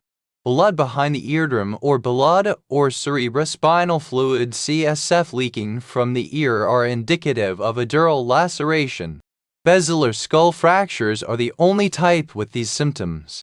B, C, D. These do not typically cause dural lacerations and CSF leakage. Question 73. A client with a C34 fracture has just arrived in the emergency room. The primary nursing intervention is, here are the options. Option A. Stabilization of the cervical spine. Option B. Airway assessment and stabilization. Option C. Confirmation of spinal cord injury. Option D. Normalization of intravascular volume. The correct answer is option B, airway assessment and stabilization. If cervical spine injury is suspected, the airway should be maintained using the jaw thrust method that also protects the cervical spine. B. Primary intervention is protection of the airway and adequate ventilation. C. D. All other interventions are secondary to adequate ventilation. Question 74. In a client with chest trauma, the nurse needs to evaluate mediastinal position. This can best be done by, here are the options. Option A. Auscultating bilateral breath sounds. Option B. Palpating for presence of crepitus. Option C. Palpating for tracheal deviation. Option D. Auscultating heart sounds. The correct answer is option C, palpating for tracheal deviation. A no change in the breath sounds occurs as a direct result of the mediastinal shift. The crepitus can occur owing to the primary disorder, not to the mediastinal shift. C. Mediastinal shift occurs primarily with tension pneumothorax, but it can occur with very large hemothorax or pneumothorax. Mediastinal shift causes tracheal deviation and deviation of the heart's point of maximum impulse. D. No change in the heart sounds occurs as a result of the mediastinal shift. Question 75. Priapism may be a sign of. Here are the options. Option A. Altered neurological function. Option B. Imminent death. Option C. Urinary incontinence. Option D. Reproductive dysfunction. The correct answer is option A. Altered neurological function. A priapism in the trauma client is due to the neurological dysfunction seen in spinal cord injury. Priapism is an abnormal erection of the penis. It may be accompanied by pain and tenderness. This may disappear as spinal cord edema is relieved. B. Priapism is not associated with death. C. Urinary retention, rather than incontinence, may occur. D. Reproductive dysfunction may be a secondary problem. Question 76. When evaluating a client with symptoms of shock, it is important for the nurse to differentiate between neurogenic and hypovolemic shock. The symptoms of neurogenic shock differ from hypovolemic shock in that. Here are the options. Option A. In neurogenic shock, the skin is warm and dry. Option B. In hypovolemic shock, there is a bradycardia. Option C. In hypovolemic shock, capillary refill is less than 2 seconds. Option D. In neurogenic shock, there is delayed capillary refill. The correct answer is option A. In neurogenic shock, the skin is warm and dry. A neurogenic shock is caused by injury to the cervical region, which leads to loss of sympathetic control. This loss leads to vasodilation of the vascular beds, bradycardia resulting from the lack of sympathetic balance to parasympathetic stimuli from the vagus nerve, and the loss of the ability to sweat below the level of injury. In neurogenic shock, the client is hypotensive but bradycardiac with warm, dry skin. B. In hypovolemic shock, the client is hypotensive and tachycardiac with cool skin. C. In hypovolemic shock, the capillary refill would be 5 seconds. D. In neurogenic shock, there is no capillary delay, the vascular beds are dilated, and peripheral flow is good. Question 77. Which of the following would have the physiological effect of decreasing intracranial pressure (ICP)? Here are the options. Option A. Increased core body temperature. Option B. Decreased serum osmolality. Option C. Administration of hypoosmolar fluids. Option D. Decreased PaCO2. The correct answer is option D. Decreased PaCO2. An increase in core body temperature increases metabolism and results in an increase in ICP. B. Decreased serum osmolality indicates a fluid overload and may result in an increase in ICP. C. Hypoosmolar fluids are generally voided in the neurologically compromised. Using Roman IV fluids such as D5W results in the dextrose being metabolized, releasing free water that is absorbed by the brain cells, leading to cerebral edema. D. Hypercapnia and hypoventilation, which cause retention of CO2 and lead to respiratory acidosis, both increase ICP. CO2 is the most potent vasodilator known. Question 78. A client who has sustained a basilar skull fracture exhibits blood-tinged drainage from his nose. After establishing a clear airway, administering supplemental O2, and establishing Roman IV access, the next nursing intervention would be to. Here are the options. Option A. Pass a nasogastric tube through the left nostril. Option B. Place a 4x4 gauze in the nares to impede the flow. Option C. Gently suction the nasal drainage to protect the airway. Option D. Perform a halo test and glucose level on the drainage. The correct answer is option D. Perform a halo test and glucose level on the drainage. A basilar skull fracture may cause dural lacerations, which result in CSF leaking from the ears or nose. Insertion of a tube could lead to CSF going into the brain tissue or sinuses. Detamponating flow could worsen the problem and increase ICP. C-suction could increase brain damage and dislocate tissue. Detesting the fluid from the nares would determine the presence of CSF. Elevation of the head, notification of the medical staff, and prophylactic antibiotics are appropriate therapy. Question 79. A client with a diagnosis of C4 injury has been stabilized and is ready for discharge. Because this client is at risk for autonomic dysreflexia, he and his family should be instructed to assess for and report. Here are the options. Option A. Dizziness and tachypnea. Option B. Circumaural pallor and lightheadedness. Option C.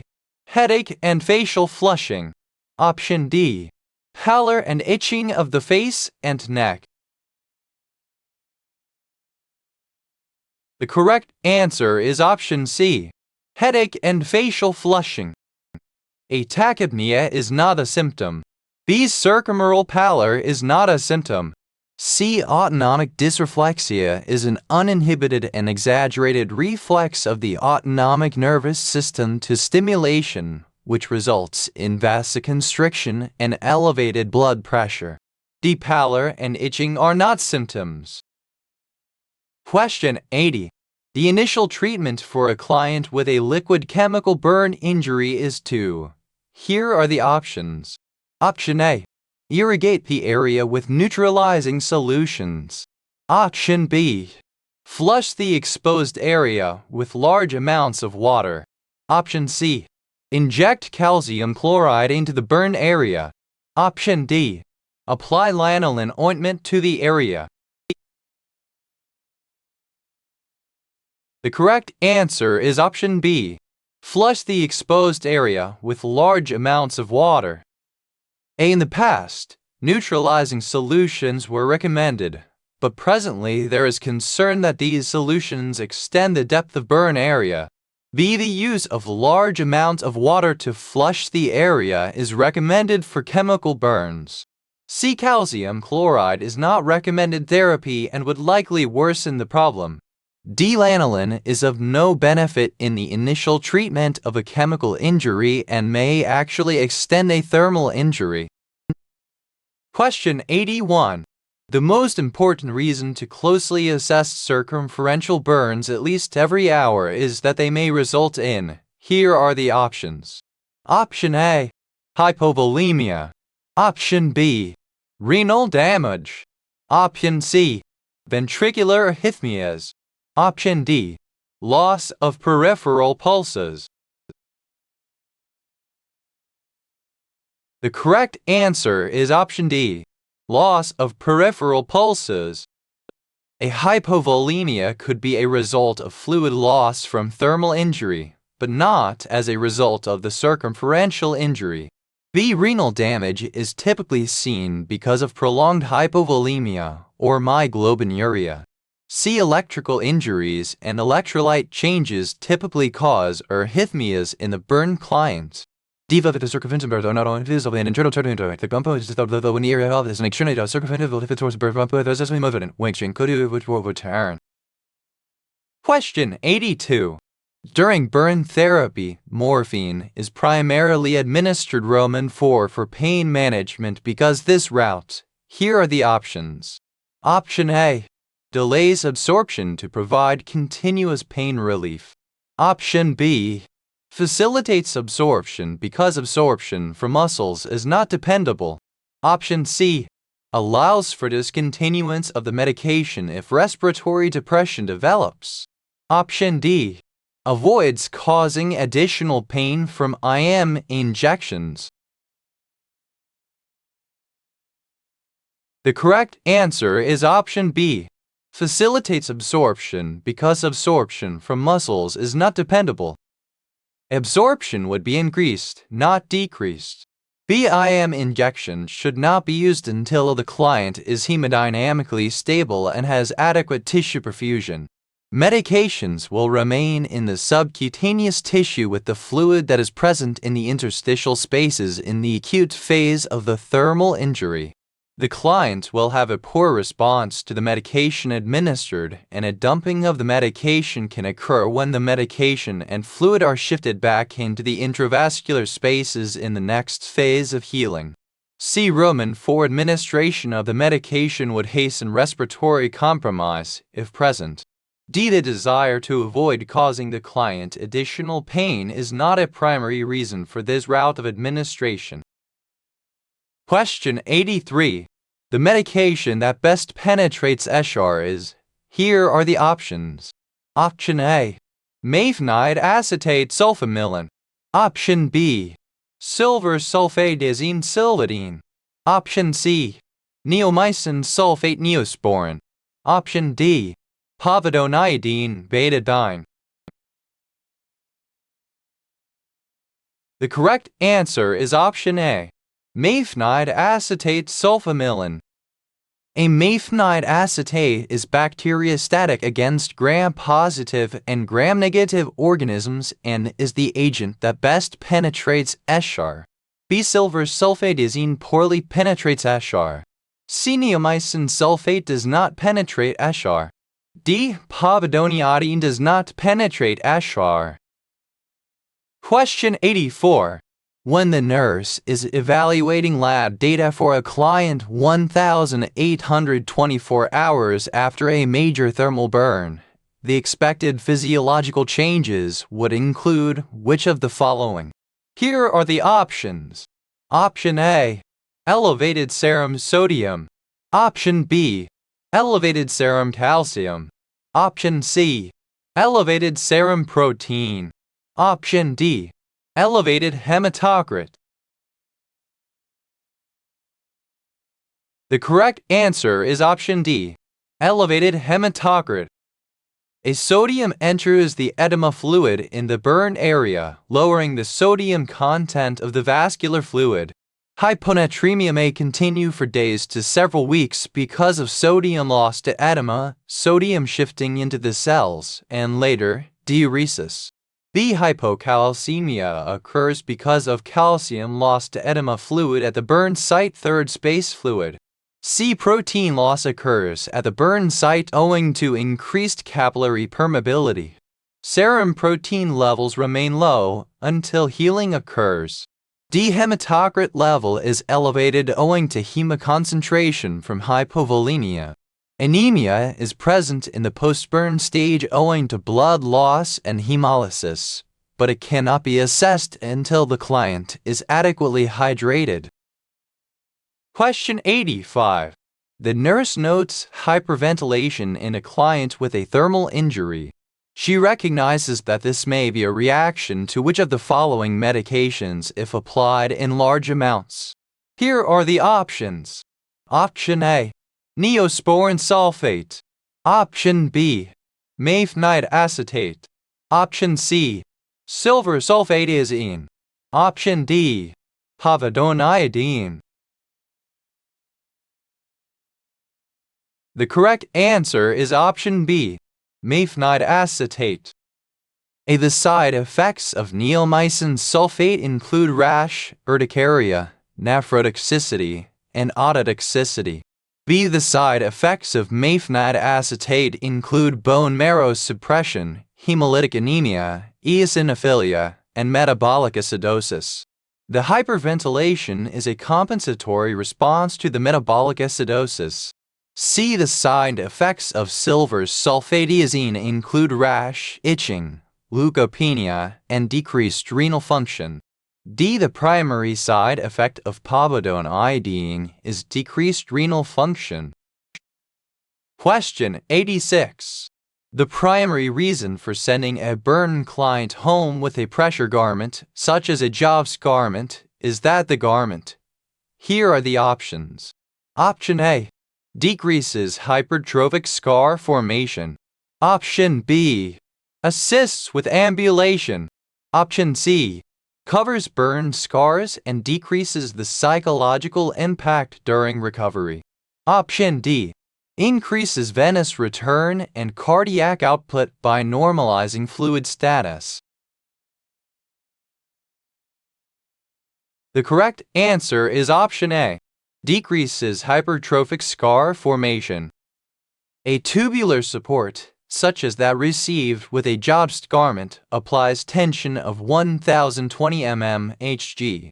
This amount of uniform pressure is necessary to prevent or reduce hypertrophic scarring. Clients typically wear a pressure garment for 612 months during the recovery phase of their care. The pressure garments have no ambulatory assistive properties. C. Pressure garments can worsen the psychological impact of burn injury, especially if worn on the face. D. Pressure garments do not normalize fluid status. Question 87. A client with emphysema is placed on diuretics. In order to avoid potassium depletion as a side effect of the drug therapy, which of the following foods should be included in his diet? Here are the options. Option A, celery. Option B, potatoes.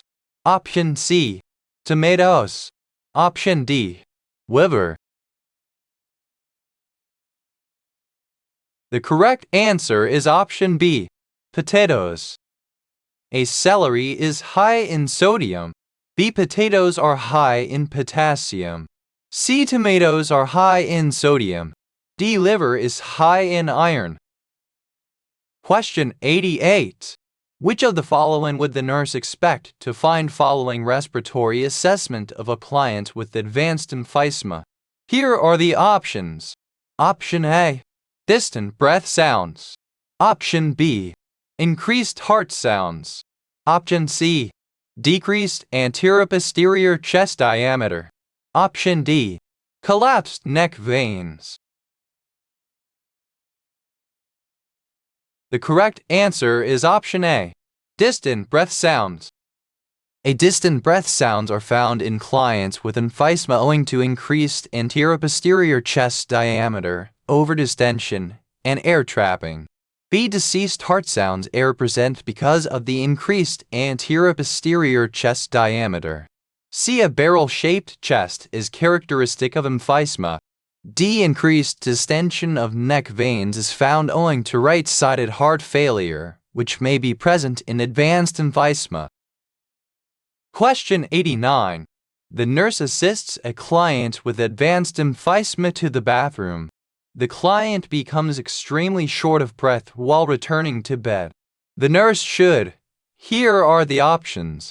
Option A, increase his nasal O2 to 6L/min. Option B, place him in a lateral Sims position. Option C, encourage pursed lip breathing. Option D, have him breathe into a paper bag. The correct answer is option C, encourage pursed lip breathing. A giving too high a concentration of O2 to a client with emphysema may remove his stimulus to breathe. B. The client should sit forward with his hands on his knees or an over-bed table and with shoulders elevated. C. Pursed lip breathing helps the client to blow off CO2 and to keep air passages open. D. Covering the face of a client extremely short of breath may cause anxiety and further increase dyspnea. Question 90. Signs and symptoms of an allergy attack include which of the following? Here are the options. Option A, wheezing on inspiration. Option B, increased respiratory rate. Option C, circumaural cyanosis. Option D, prolonged expiration. The correct answer is option D, prolonged expiration. A wheezing occurs during expiration when air movement is impaired because of constricted edematous bronchial lumina. B. Respirations are difficult, but the rate is frequently normal. C. The circummural area is usually pale. Cyanosis is not an early sign of hypoxia. D. Expiration is prolonged because the alveoli are greatly distended and air trapping occurs. Question 91. A 55-year-old man is admitted to the hospital with complaints of fatigue, jaundice, anorexia, and clay-colored stools. His admitting diagnosis is rule out hepatitis. Laboratory studies reveal elevated liver enzymes and bilirubin. In obtaining his health history, the nurse should assess his potential for exposure to hepatitis. Which of the following represents a high-risk group for contracting this disease? Here are the options. Option A. Heterosexual males. Option B. Oncology nurses. Option C. American Indians. Option D. Jehovah's Witnesses. The correct answer is option B. Oncology nurses. A homosexual males, not heterosexual males, are at high risk for contracting hepatitis. B. Oncology nurses are employed in high-risk areas and perform invasive procedures that expose them to potential sources of infection. C. The literature does not support the idea that any ethnic groups are at higher risk. D. There is no evidence that any religious groups are at higher risk. Question 92. A diagnosis of hepatitis C is confirmed by a male client's physician. The nurse should be knowledgeable of the differences between hepatitis A, B, and C. Which of the following are characteristics of hepatitis C? Here are the options. Option A. The potential for chronic liver disease is minimal. Option B. The onset of symptoms is abrupt. Option C. The incubation period is 226 weeks. Option D. There is an effective vaccine for hepatitis B, but not for hepatitis C. The correct answer is option C. The incubation period is 226 weeks. A hepatitis C and B may result in chronic liver disease. Hepatitis A has a low potential for chronic liver disease. B. Hepatitis C and B have insidious onsets. Hepatitis A has an abrupt onset. C. Incubation periods are as follows. Hepatitis C is 226 weeks, hepatitis B is 620 weeks, and hepatitis A is 26 weeks. D. Only hepatitis B has an effective vaccine. Question 93. The nurse is aware that nutrition is an important aspect of care for a client with hepatitis. Which of the following diets would be most therapeutic? Here are the options. Option A. High protein and low carbohydrate. Option B. Low calorie and low protein. Option C. High carbohydrate and high calorie. Option D. Low carbohydrate and high calorie. The correct answer is option C. High carbohydrate and high calorie. A protein increases the workload of the liver. Increased carbohydrates provide needed calories and promote palatability. B. Dietary intake should be adequate to ensure wound healing. C. Increased carbohydrates provide needed calories. D. A high-calorie diet is best obtained from carbohydrates because of their palatability. Fats increase the workload of the liver. Question 94. Which of the following nursing orders should be included in the plan of care for a client with hepatitis C? Here are the options. Option A. The nurse should use universal precautions when obtaining blood samples. Option B. Total bed rest should be maintained until the client is asymptomatic. Option C. The client should be instructed to maintain a low semi-fowler position when eating meals. Option D. The nurse should administer an alcohol backrub at bedtime. The correct answer is option A. The nurse should use universal precautions when obtaining blood samples. The source of infection with hepatitis C is contaminated blood products. The modified bed rest should be maintained while the client is symptomatic. Routine activities can be slowly resumed once the client is asymptomatic. C. Nausea and vomiting occur frequently with hepatitis C. A high Fowler position may decrease the tendency to vomit. D. The buildup of bilirubin in the client's skin may cause pruritus. Alcohol is a drying agent. Question 95. Which of the following should be included in discharge teaching for a client with hepatitis C? Here are the options. Option A. He should take aspirin as needed for muscle and joint pain. Option B. He may become a blood donor when his liver enzymes return to normal. Option C. He should avoid alcoholic beverages during his recovery period. Option D. He should use disposable dishes for eating and drinking. The correct answer is option C. He should avoid alcoholic beverages during his recovery period. Aspirin is hepatotoxic, may increase bleeding, and should be avoided. B. Blood should not be donated by a client who has had hepatitis C because of the possibility of transmission of disease. C. Alcohol is detoxified in the liver. D. Hepatitis C is not spread through the oral route. Question 96. A 27-year-old man was diagnosed with type I diabetes 3 months ago. 2 weeks ago, he complained of pain, redness, and tenderness in his right lower leg. He is admitted to the hospital with a slight elevation of temperature and vague complaints of not feeling well. At 4:30 p.m. on the day of his admission, his blood glucose level is 50 mg. Dinner will be served at 5:00 p.m. The best nursing action would be to. Here are the options. Option A. Give him 3 tablespoons of sugar dissolved in 4 oz of grape juice to drink. Option B. Ask him to dissolve 3 pieces of hard candy in his mouth. Option C. Have him drink 4 oz of orange juice. Option D. Monitor him closely until dinner arrives. The correct answer is option C. Have him drink 4 oz of orange juice. The combination of sugar and juice will increase the blood sugar beyond the normal range.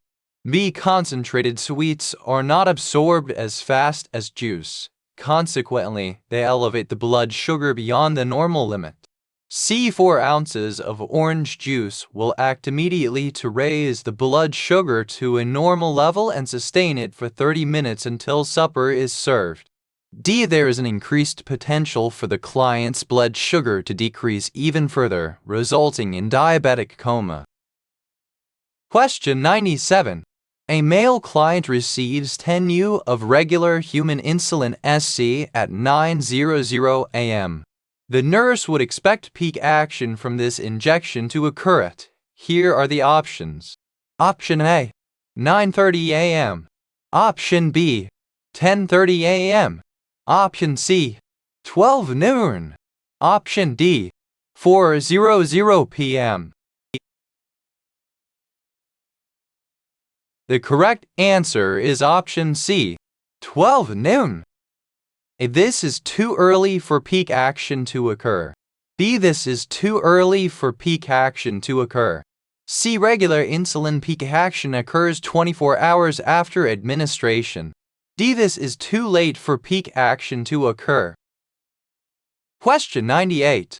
A type I diabetic client is diagnosed with cellulitis in his right lower extremity. The nurse would expect which of the following to be present in relation to his blood sugar level. Here are the options. Option A. A normal blood sugar level. Option B. A decreased blood sugar level. Option C. An increased blood sugar level. Option D. Fluctuating levels with a predominant increase.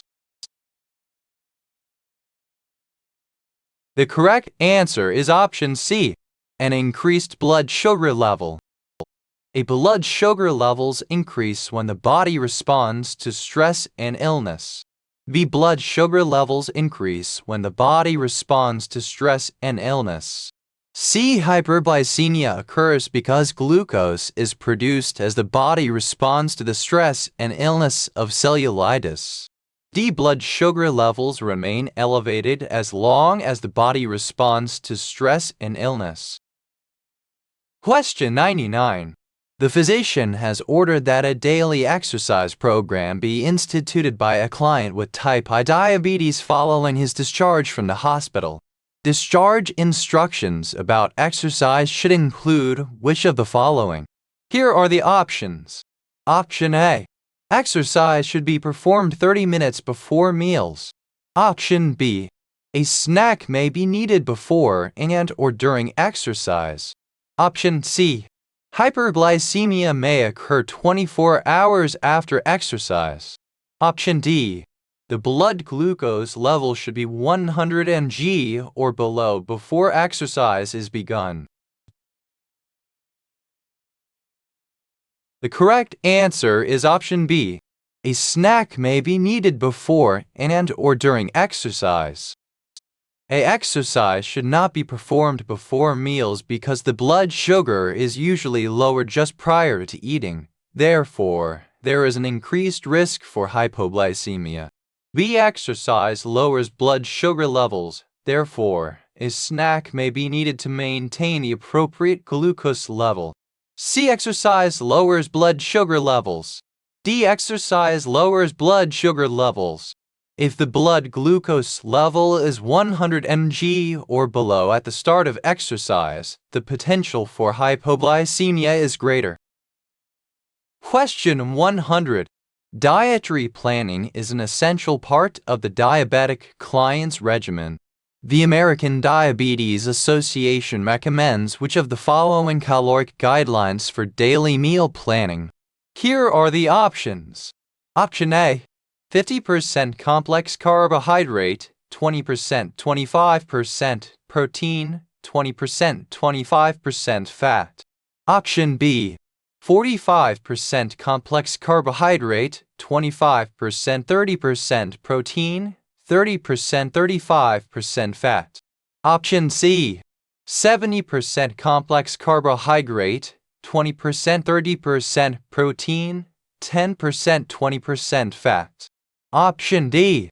60% complex carbohydrate, 12% 15% protein, 20% 25% fat. The correct answer is option D. 60% complex carbohydrate, 12% 15% protein, 20% 25% fat. A. The percentage of carbohydrates is too low to maintain blood sugar levels. The percent range of protein is too high and may cause extra workload on the kidney as it is metabolized. B. The percentage of carbohydrates is too low to maintain blood sugar levels.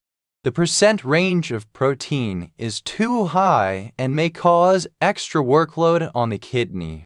C. The percentage of carbohydrates is too high. The percent range of protein is too high and of fat too low. D. This combination provides enough carbohydrates to maintain blood glucose levels, enough protein to maintain body repair, and enough fat to ensure palatability. Topic 2. Question Set B. Question 101. A 74-year-old female client is 3 days postoperative. She has an indwelling catheter and has been progressing well. While the nurse is in the room, the client states, "Oh dear, I feel like I have to urinate again." Which of the following is the most appropriate initial nursing response? Here are the options. Option A. Assure her that this is most likely the result of bladder spasms. Option B. Check the collection bag and tubing to verify that the catheter is draining properly. Option C. Instruct her to do Kegel exercises to diminish the urge to void. Option D. Ask her if she has felt this way before. The correct answer is option B. Check the collection bag and tubing to verify that the catheter is draining properly. Although this may be an appropriate response, the initial response would be to assure the patency of the catheter. The most frequent reason for an urge to void with an indwelling catheter is blocked tubing. This response would be the best initial response. Kegel exercises while a retention catheter is in place would not help to prevent a voiding urge and could irritate the urethral sphincter. Though the nurse would want to ascertain whether the client has felt the same urge to void before, the initial response should be to assure the patency of the catheter. Question 102. In cleansing the perineal area around the site of catheter insertion, the nurse would. Here are the options. Option A. Wipe the catheter toward the urinary meatus. Option B. Wipe the catheter away from the urinary meatus. Option C. Apply a small amount of talcum powder after drying the perineal area. Option D. Gently insert the catheter another 1/2 inch after cleansing to prevent irritation from the balloon. The correct answer is option B. Wipe the catheter away from the urinary meatus.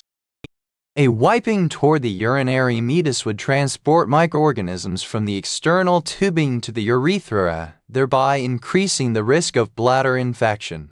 Wiping away from the urinary meatus would remove microorganisms from the point of insertion of the catheter, thereby decreasing the risk of bladder infection. Talcum powder should not be applied following catheter care, because powders contribute to moisture retention and infection likelihood. The catheter should never be inserted further into the urethra, because this would serve no useful purpose and would increase the risk of infection. Question 103. Nursing interventions designed to decrease the risk of infection in a client with an indwelling catheter include. Here are the options. Option A. Cleanse area around the meatus twice a day. Option B. Empty the catheter drainage bag at least daily. Option C. Change the catheter tubing and bag every 48 hours. Option D. Maintain fluid intake of 12,001,500 ml every day. The correct answer is option A. Cleanse area around the meatus twice a day. A catheter site care is to be done at least twice daily to prevent pathogen growth at the catheter insertion site.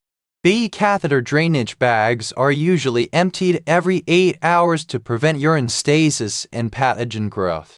Tubing and collection bags are not changed this often, because research studies have not demonstrated the efficacy of this practice.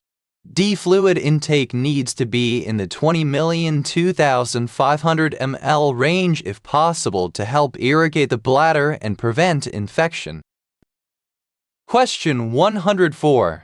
A client tells the nurse that she has had a history of urinary tract infections. The nurse would do further health teaching if she verbalizes she will. Here are the options. Option A. Drink at least 8 oz of cranberry juice daily. Option B. Maintain a fluid intake of at least 2,000 ml daily. Option C. Wash her hands before and after voiding. Option D.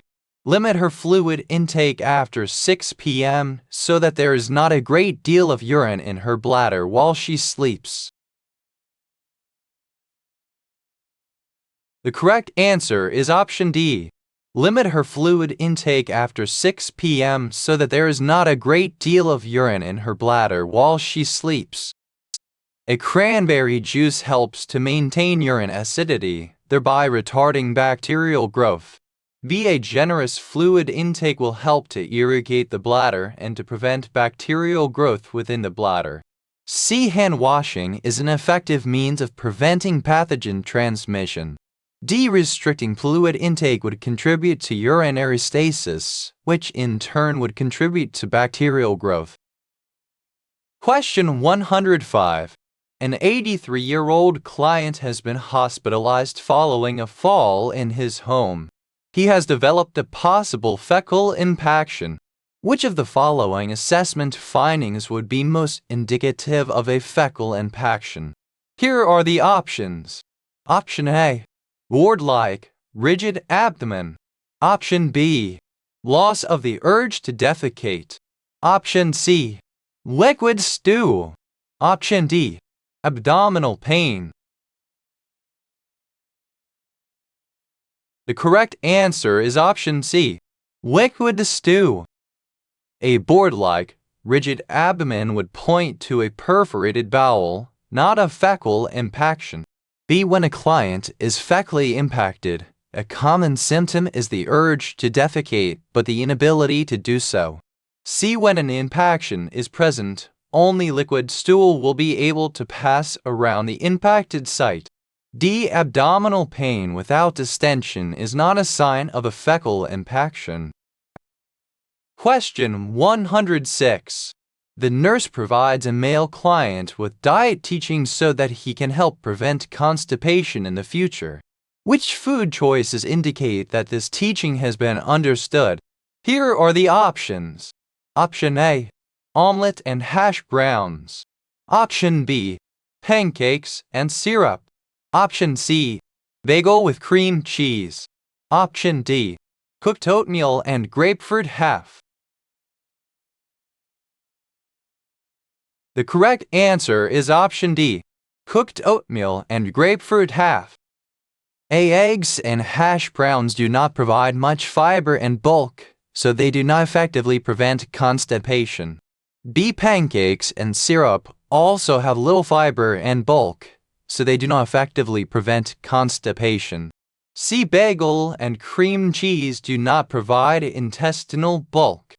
D. A combination of oatmeal and fresh fruit will provide fiber and intestinal bulk.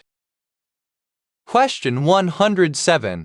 One of the medications that is prescribed for a male client is furosemide Lasix 80 mg bid. To reduce his risk of falls, the nurse would teach him to take this medication. Here are the options. Option A. On arising and no later than 6 p.m. Option B. At evenly spaced intervals, such as 8 a.m. and 8 p.m. Option C. With at least 1 glass of water per pill. Option D. With breakfast and at bedtime. The correct answer is option A. On arising and no later than 6 p.m. This option provides adequate spacing of the medication and will limit the client's need to get up to go to the bathroom during the night hours, when he is especially at high risk for falls. B. This option would result in the need to get up during the night to urinate and would thus increase the risk of falls. This option also does not take into consideration the client's usual daily routine. C. Taking this medication with at least 1 glass of water would not have an impact on the risk of falls. D. This option would result in the need to get up during the night to urinate and would thus increase the risk of falls. Question 108. The nurse teaches a male client ways to reduce the risks associated with furosemide therapy. Which of the following indicates that he understands this teaching? Here are the options. Option A. I'll be sure to rise slowly and sit for a few minutes after lying down. Option B. I'll be sure to walk at least 23 blocks every day. Option C. I'll be sure to restrict my fluid intake to 4 or 5 glasses a day. Option D. I'll be sure not to take any more aspirin while I am in this drug. The correct answer is option A. I'll be sure to rise slowly and sit for a few minutes after lying down. This response will help to prevent the occurrence of postural hypotension, a common side effect of this drug and a common reason for falls. D. Although walking is an excellent exercise, it is not specific to the reduction of risks associated with diuretic therapy. C. Clients on diuretic therapy are generally taught to ensure that their fluid intake is at least 20,003,000 ml daily, unless contraindicated. D. Aspirin is a safe drug to take along with furosemide.